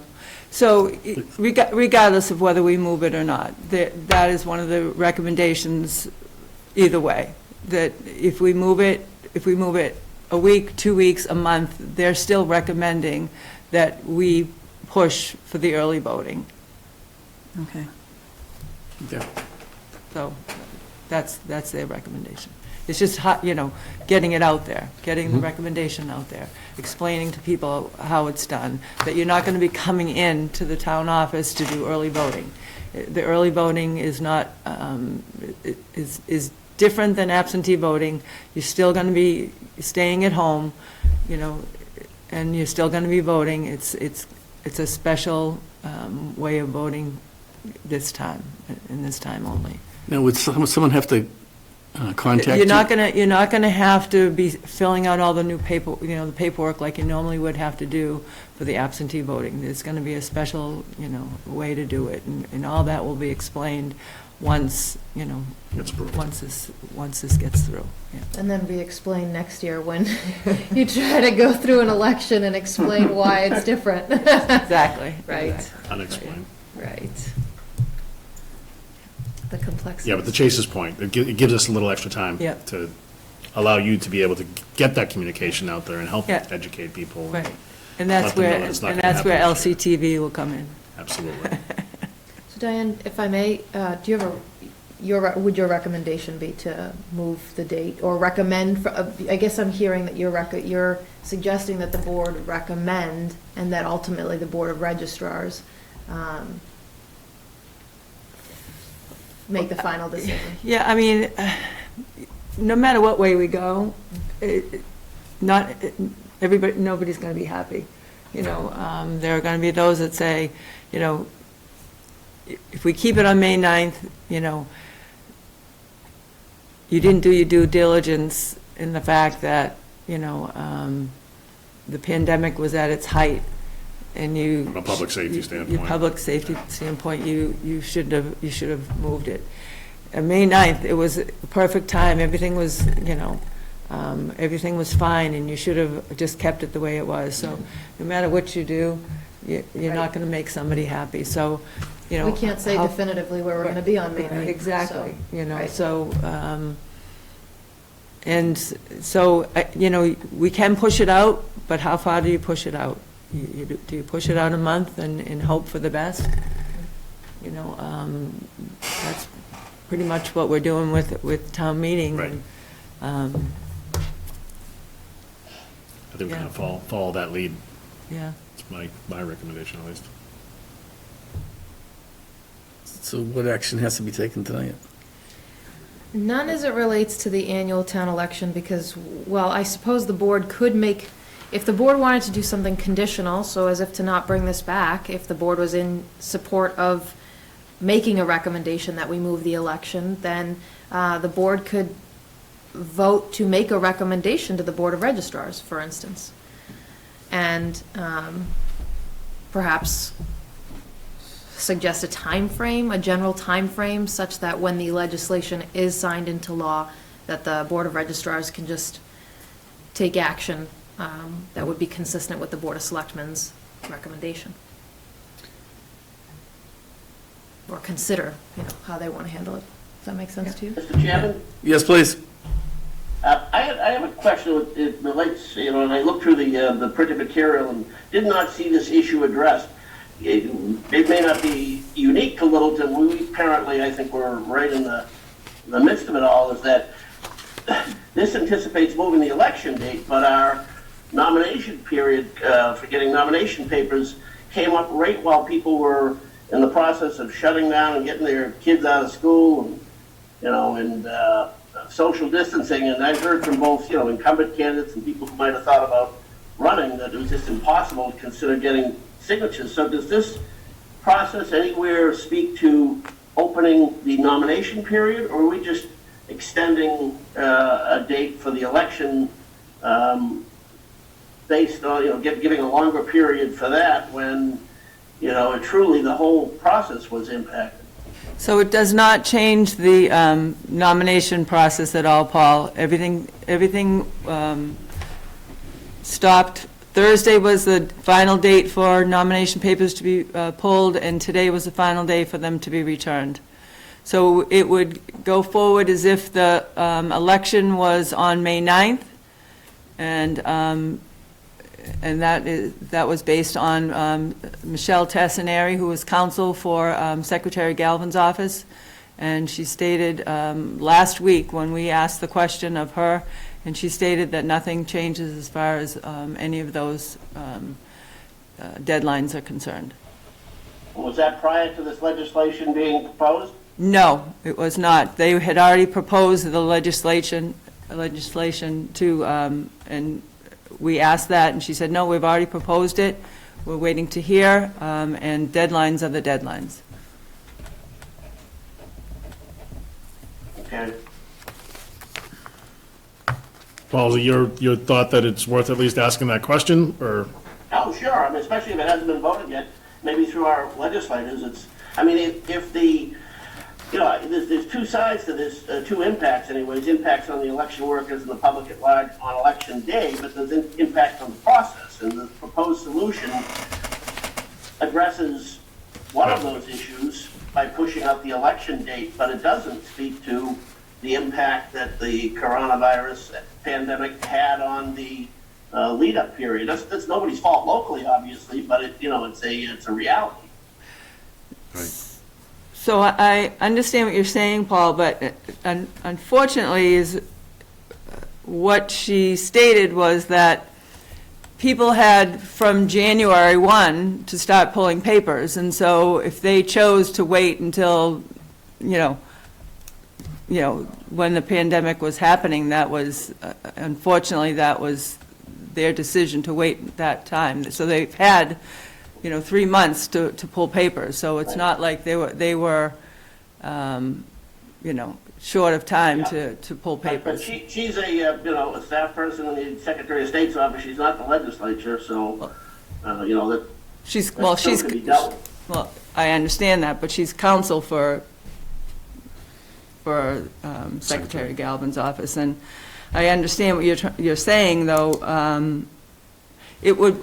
We were going forward as if we were still holding the election for May 9th, and had the legislation not gone through, we would be looking at now, our deadline being today, and we would still be going forward for May 9th, and we would be looking at now having another deadline for people looking at the fact that deciding whether or not they still wanted to be on the ballot, And now we would be looking at the fact that, 35 days out and getting ready to print the ballot. So we would still be looking at all our deadlines because we still have to examine what we're doing if we decided we weren't going to cancel postpone the election.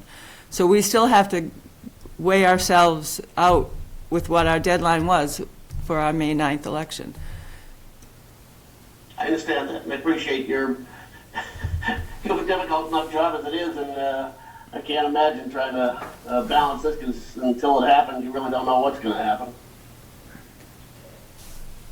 So just one point of, and forgive me, I was writing out a potential motion that the board could use, but just one point that may help in this process.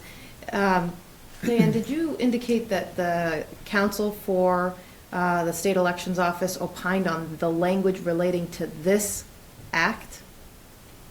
She opined on the fact that we as clerks asked her, because they are the ones that sent in the legislature request Okay. for the clerks. Mhm. And then several different clerks sent in questions, because we are constantly in touch with Secretary Galvin's office. And questions were asked of her, what happens if this goes on, and what happens if that goes on? So we asked what are the deadlines if this doesn't go through, or if it goes through? And we asked, are the deadlines still the deadlines if our election is between this time frame? And she said the deadlines are still the deadlines. You look at when your election is, if your election is between, up until the May 30th, then you still keep your deadlines as if they're exactly that time frame. You So- don't change it. Perfect. Even though the fact that you may be deciding to move your Right. election out, because otherwise, it's a moving target, Yeah, and I think the finite point that I was trying to get to with that, and you helped clarify, is this bill has already gone through the House and the Senate. So at this point in time, the board's only receiving this information today because this information happened today, and you received that, I don't know, around noon when I think I forwarded the information to the board. I'm not sure what time it was, but that seemed like the time. So the bottom line of this situation, it sounds like if the council has opined on this legislation, which it sounds to be the case, then, and the House and the Senate have already acted on it, changing the legislation or the language in the legislation to ask further the question that Paul is pointing out, the language likely won't change, because at this point it's on the governor's desk for approval. So if legal counsel is saying that the deadlines remain, and the House and the Senate have already taken it up, the interpretation's already there, is, I guess, the point I'm trying to draw. So we want to push the date out.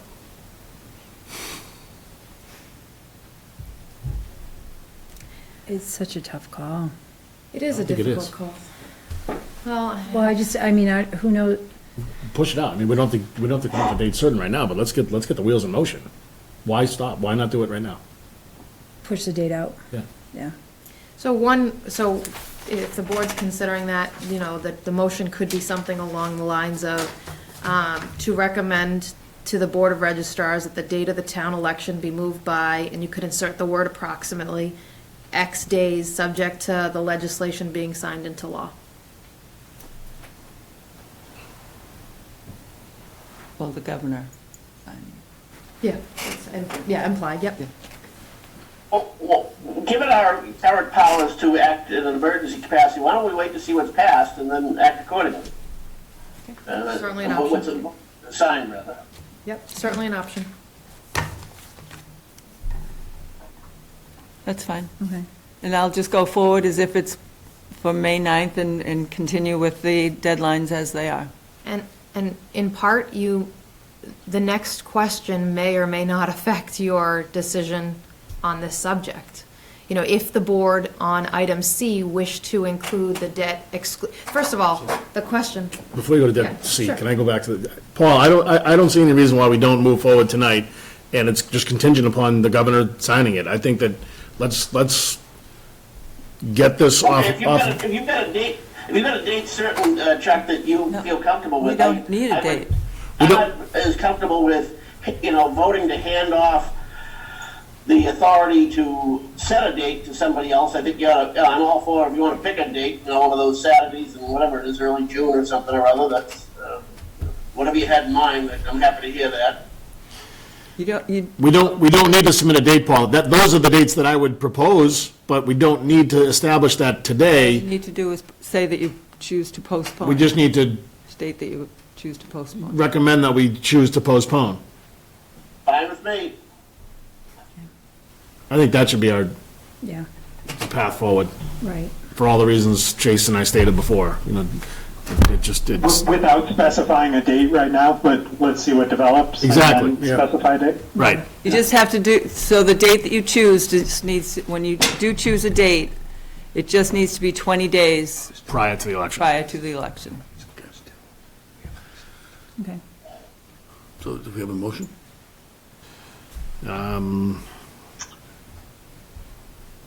I didn't get the proposed one that Nina put down.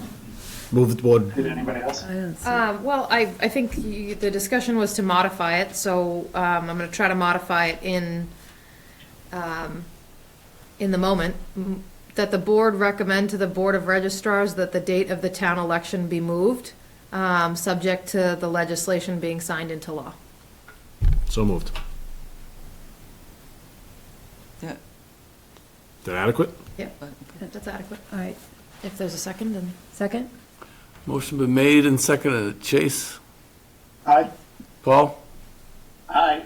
Cindy? Aye. Chuck? Aye. Joe? Aye. Okay. Thank you, All right. Diane. Thanks, Diane. Don't go too Diane. far, just so you hear this next item for the debt exclusion Okay. ballot question. So, you basically, there's the option, I'm gonna try to go through this as simply as possible. There's the option not to put a debt exclusion ballot question on any future ballot. There's the option to put it on the annual election, which is a date to be determined based on your action a moment ago. And then there's the option to put it on the November general election ballot. I believe those are the three options. Yeah. So one of the statements that we made at the previous meeting, and I think Paul disagrees with me on this, but we established that we would be putting something forward at the May town meeting, the May election. So I am still of the opinion that we should have the debt exclusion ballot question on the ballot at the annual. So that's the expectation that we created, in my opinion, and that's from those that I've spoken with. That was their expectation. Whether or not it passes is another, it doesn't cost us any more money to have an extra item on the ballot. Nope. The printing is the printing, and, let those that wanted to come out and vote for or against it via a debt exclusion, do so. So I don't think there's any harm in including it, as we had stated at this table as well as on town meeting floor. Mr. Chair, if I may. So the way we had written that at the time, the article is written, it gave us the option that we could potentially bring it forward in May. It didn't commit us to do so. And at the time when that language was written, it was done so with the intent that we would be bringing forward another project specifically for the seniors Right. at the time. And it was a way to bundle both of those projects together and finance them together in a different way. As we know, we are making progress Space needs and with space needs. seniors. We're not quite there yet to bring anything before the town, for this town meeting, as we anticipated, which was the reason behind that language and bringing forward the article now. Personally, I just feel, based upon where we are right now, you know, we got the rug pulled out from under us. There's so much uncertainty right now, and we are not finished with the space needs study yet. I think that we need to hold off on making any decision in that regard. We're not making a decision. We're just letting the residents vote as, maybe the language, I think it's semantics to say could or would. On Right. town meeting floor, it was presented, I think I actually said it, and I think others said it. and, Right, Folks in the FinCom said it, that there would be a vote in the spring. right. So I'm kind of the opinion that, put it on the ballot, it is what it is. It's not like the library's not gonna be built. Right, Just a matter of whether there, you know, how much of it's inside, how much of it's outside. So, you know, I think Steve's earlier determinations with the cost of money and, you know, creating bans now for the debt service and that kind of thing will play into the narrative as we get closer to the vote. right, People may very much, that had planned on voting on having it outside, now knowing what the cost of money is, they may say, you know what, let's just leave it alone. right, Trust that it's going to take care of itself. I just think it's our responsibility to let those who thought that they were going to have an opportunity to vote for the debt exclusion at the May election to put it on the ballot. It doesn't, there's no harm in doing it. It's going to come out one way or the other, and that's the way we move forward as far as Right. fiscally.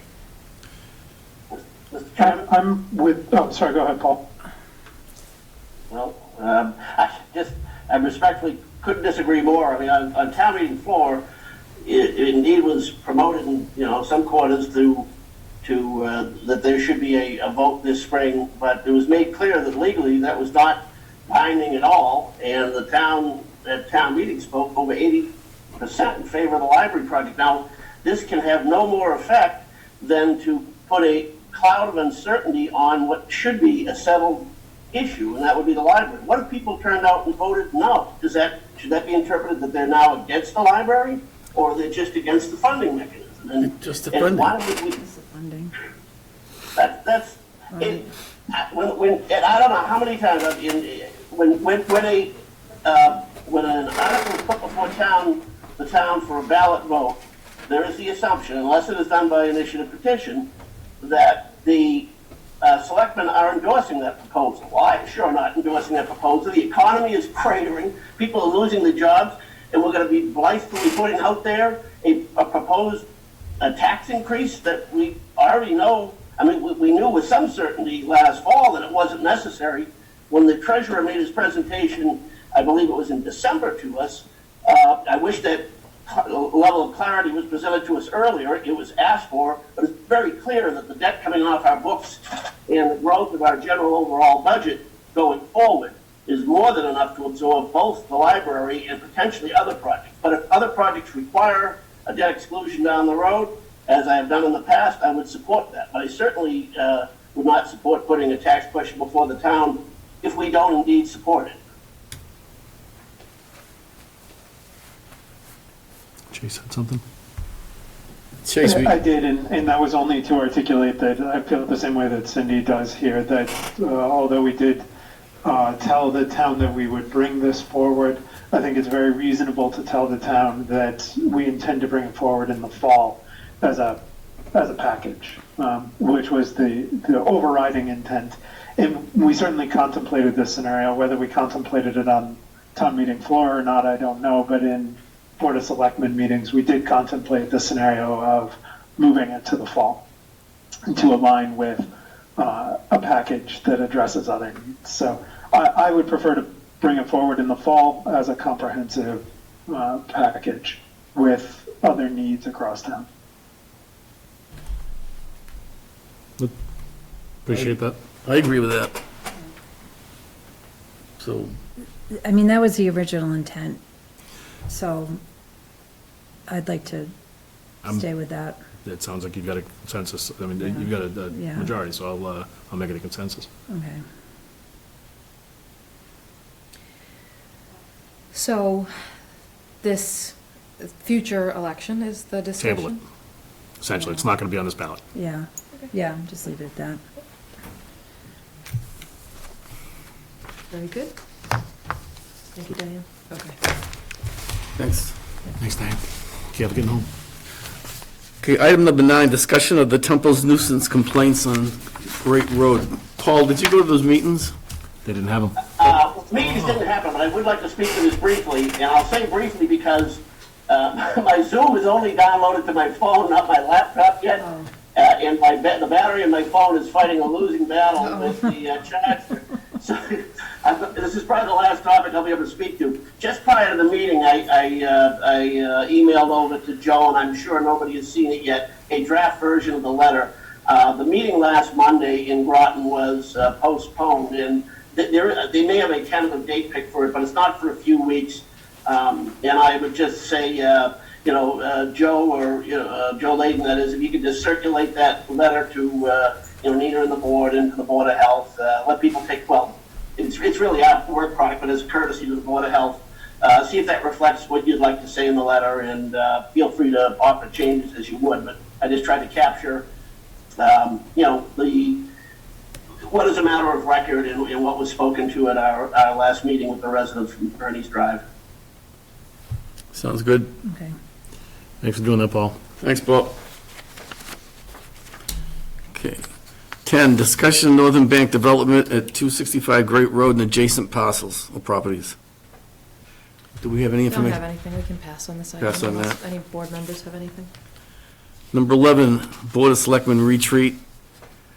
Same thing for us. We don't have anything. Yeah, and right now, there's too much up in the air and when you could do that. Right. Which brings us to item 12, which is the town administrator, and there's 5 or 6 different items in that.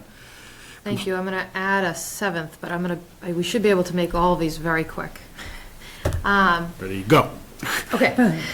The first is a compliance certificate for the resale of 2B Hannah Dodge Unit 1003. Basically, this is an affordable unit, and in order for the finalized paperwork to be filed, we need a motion for the board to authorize me to sign the local initiative program compliance certificate for the sale. Okay, no brainer, I'd say. Questions up there? Any questions for the rest of the board? Did we lose Paul? He's still, Yeah, I'm down to 5%, but All right, I'll make a quick motion then. Real quick. Move that the board vote to authorize town administrator to sign the local initiative program compliance certificate for the sale of 2B Hannah Dodge Road, unit number 1003. Second. Motion been made and seconded. Chase? Aye. Paul? I Cindy? Aye. Chuck? Joe? Aye. Thank you. The next item is the auditing representation letter. Not knowing how the community has in the past handled these types of letters that need to be signed by staff, I wanted to bring it forward.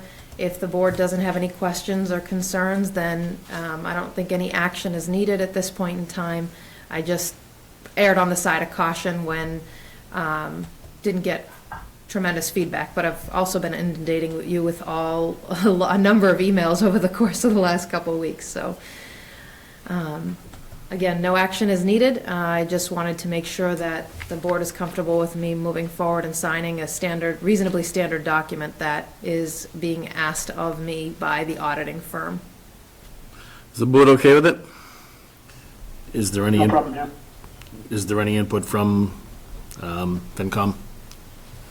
Not traditionally. No, I mean, just again, this is something that's Just serve at usually our signed by pleasure. staff. It's usually signed by the town administrator, the town accountant, and the town treasurer. And coincidentally, without going into too many details, we actually only needed the finance director and the town administrator because we have a finance director structure. Again, in past communities, I've never brought this letter to the Board of Selectmen before. The board's really never seen it. The board's, it's not usually something that, it's certainly not required by the auditing firm, but in still learning the different balances that Littleton has and the different information that the Board of Selectmen would like, I just wanted to bring it forward. Again, it's not something that I've ever seen go to a FinCom board in any community. Okay. I think historically we have signed it. I can't remember after all these years. It's always the same firm. I hadn't looked at that question, but I would be very surprised, to be honest, because it's just something that is standard staff. Administrative. Yep. Well, is there any problem with her signing it now? With Nina or Cheryl? Both of us would be Both. signing. And Steve. Yep. And honestly, some guidance as to whether or not this item needs to come before the board next year or the following year after that. This is after we've initiated the audit. This is after we've engaged an auditing firm. So I'd say yes to that coming before us, just because it gives us the reminder of who we're engaged with, how long I've been working with them. So, I mean, for 5 years, I asked the question, have we, when's the contract up? When are we going to look at, Tuesday at the time, so when are we going to look at maybe putting it out to bid? So I think I would recommend that it always come before us, and then we can empower you to be the signator. Yeah. I don't have a problem with that. However the board would I like. would agree with that. Recent history and prudence, I think, would dictate, at least let's take a look at it, and, I don't anticipate having any problem forwarding along, but that's not a loop I want to drop out of at the moment. Right. Right. Okay. So we have a motion there? I don't need a motion, no. Just give you the blessing? Yeah, I mean, unless the board feels the need to prepare a motion for some reason. No. Okay, the next three could actually be combined into one motion. We've got three different gifts. One for the Elder and Human Services Department from the Gore Foundation. Well, it's actually to the Council on Aging for energy assistance funds in the amount of $1,250. Another to the Park Recreation and Community Education Department to support their youth scholarship fund from Millport Sigma's Bioprocessing Leadership Team in memory of Claire Kazanjian in the amount of $1,450. And then lastly, but certainly not leastly, is the funds from the Rotary to the library in the amount of $40,000 to be used for ongoing library activities like materials and programming. If somebody wanted to craft or ask me to craft combined, or you could vote it all separately. A joint motion. I can do it, Nina. I'll move that the board vote to accept the Gore Foundation's $1,250 gift to the Council on Aging Energy Assistance Fund, that the board vote to accept the Millipore Sigma's Bioprocessing Leadership Team's $1,450 gift to Parks and Rec's Youth Scholarship Fund in memory of Claire Kazanjian, and that the board vote to accept the Rotary's $40,000 gift to the library for use by trustees to support ongoing library activities like materials and programming. Second. Motion been made and seconded. Chase? Aye. Paul? Aye. Still there? Cindy? Aye. Chuck? Aye. Joe? Aye. So that brings us last, Second, well, I have two more items on the Oh, town you snuck some. administrator. Yeah, I'm sorry. got a One G. that we added to the agenda, and then one that was brought to my attention by a diligent employee in the room. The last one is EHS did, Liz Trediak, our director, did apply for a grant specifically for COVID-19, and it's basically a grant to support the EHS community outreach capacity and expanding their work. So the recommended motion, assuming the board wishes to accept a $2,500 grant, is to vote to accept the COVID-19 response grant in the amount of $2,485.70 for Elder and Human Services Community Outreach Capacity Expansion. So moved. Second. motion been made and seconded. Chase? Aye. Paul? Aye. Cindy? Aye. Joe? Aye, and Chuck? Aye. I almost left Joe. Yeah, that's all right. You had enough. Okay, and one more purely administrative item. Kirby pointed out to me that our motion that we had made at our March 13th meeting to close the buildings probably needs to be revised at this point, considering the governor's order. And the board, I've just wrote down a quick motion that the board vote to order all buildings under the care, custody, and control of the Board of Selectmen be extended from March 29th, 2020 to March 7th, 2020, consistent with the governor's order. April 7th. sorry, yeah, that's what I meant, April 7th, 2020, consistent with the governor's order from today. And can be extended, or Oh, yeah. some language Yeah. like that in there. Certainly, you don't have to, that's. Governor said it today. Certainly, but that's the, I mean, if the board wishes, you could vote it in such a way that extends with the governors. It's contingent upon the governor's extensions, should there be future extensions. Sometimes we like autonomy from him. However the board wants to handle it. I think I missed the word closed, but that was implied. The board order all buildings under the care, custody, and control be extended to be closed. To the public. Yeah, to the public. So moved? You got enough there? Does that work? I've got it, and if Sue Harvey's watching this meeting later, Sue Harvey, I used to know a Sue Harvey, Sue Raymond, I'm sorry. Sue, if Sue's watching this meeting later, just remind me to send you the motion. Second? Motion been made and seconded. Chase? Aye. Paul? Aye. Cindy? Aye. Chucky? Aye. Joe? Aye. Joey? Getting a little punch drunk. Can I just throw something out there? It's not, obviously it's not on the agenda, we're up to minutes and adjournment, but you had just mentioned that we're getting inundated with a lot of different stuff. If you're reading through a lot of that stuff, either one of you, and you can just give us just a one-sentence executive summary. Keith was pretty good about doing some of that and giving us like an executive summary, so you know, we didn't have to open the PDF, and oftentimes we're on the run, or, you know, we're looking at stuff on our phones and, you know, still doing our jobs as well and trying to stay up to date. So sometimes that little executive summary Right. gives us an idea what's in the body of that. Yeah. So I know you've got 150,000 different things that you're doing, but if that's a possibility, I know I would appreciate it, and I think some of the other members would as well, so. Yeah, I mean, however the board would like us to handle those, I would certainly appreciate guidance. In other communities, you know, the board has asked, and this is the topic we could discuss at a later Yeah. time, but in other communities, you know, we've done things to the effect of saying low, medium, or high in the subject line, so you know whether there's something that I really value that you need to look at. I mean, you can certainly read every single one of them with the high priority. So there are a number of ways we should probably discuss how it would be most effective for me to relay information to the board. High being something you need a response today on. You know, Yeah, maybe- perhaps, So maybe yeah. that goes in the subject line. Yeah, Right. it may be something that's really important that I think you need to look at today, or it may be something I need a response on today. Medium would be something that's relatively important. Low is something that I don't perceive as important, but of course you all may. But of course, in any event, you're getting the information. What you do with those designations is your prerogative. Yeah, so short of sitting down at night or first thing in the morning and trying to go through, you open all the PDFs and self-prioritize.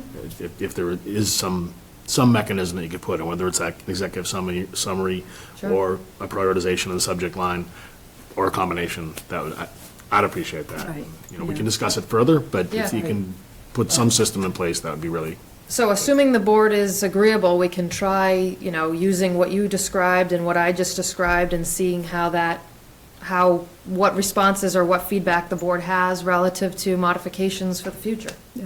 Sounds Does good? that sound reasonable to you? I'm seeing nods come in the room, but Paul and Chase? Sounds good to me. I'm good there too. Are we still If I hanging say on? it's low, it doesn't mean I think you think it's low. It just means I think it's low, but you may disagree. not as low as your battery power on your phone, though. Touche. I'm down to 3%. We can do this, Paul. Joe. We're right on minutes. March 9th and March 16th. Paul, did you see your name in there enough?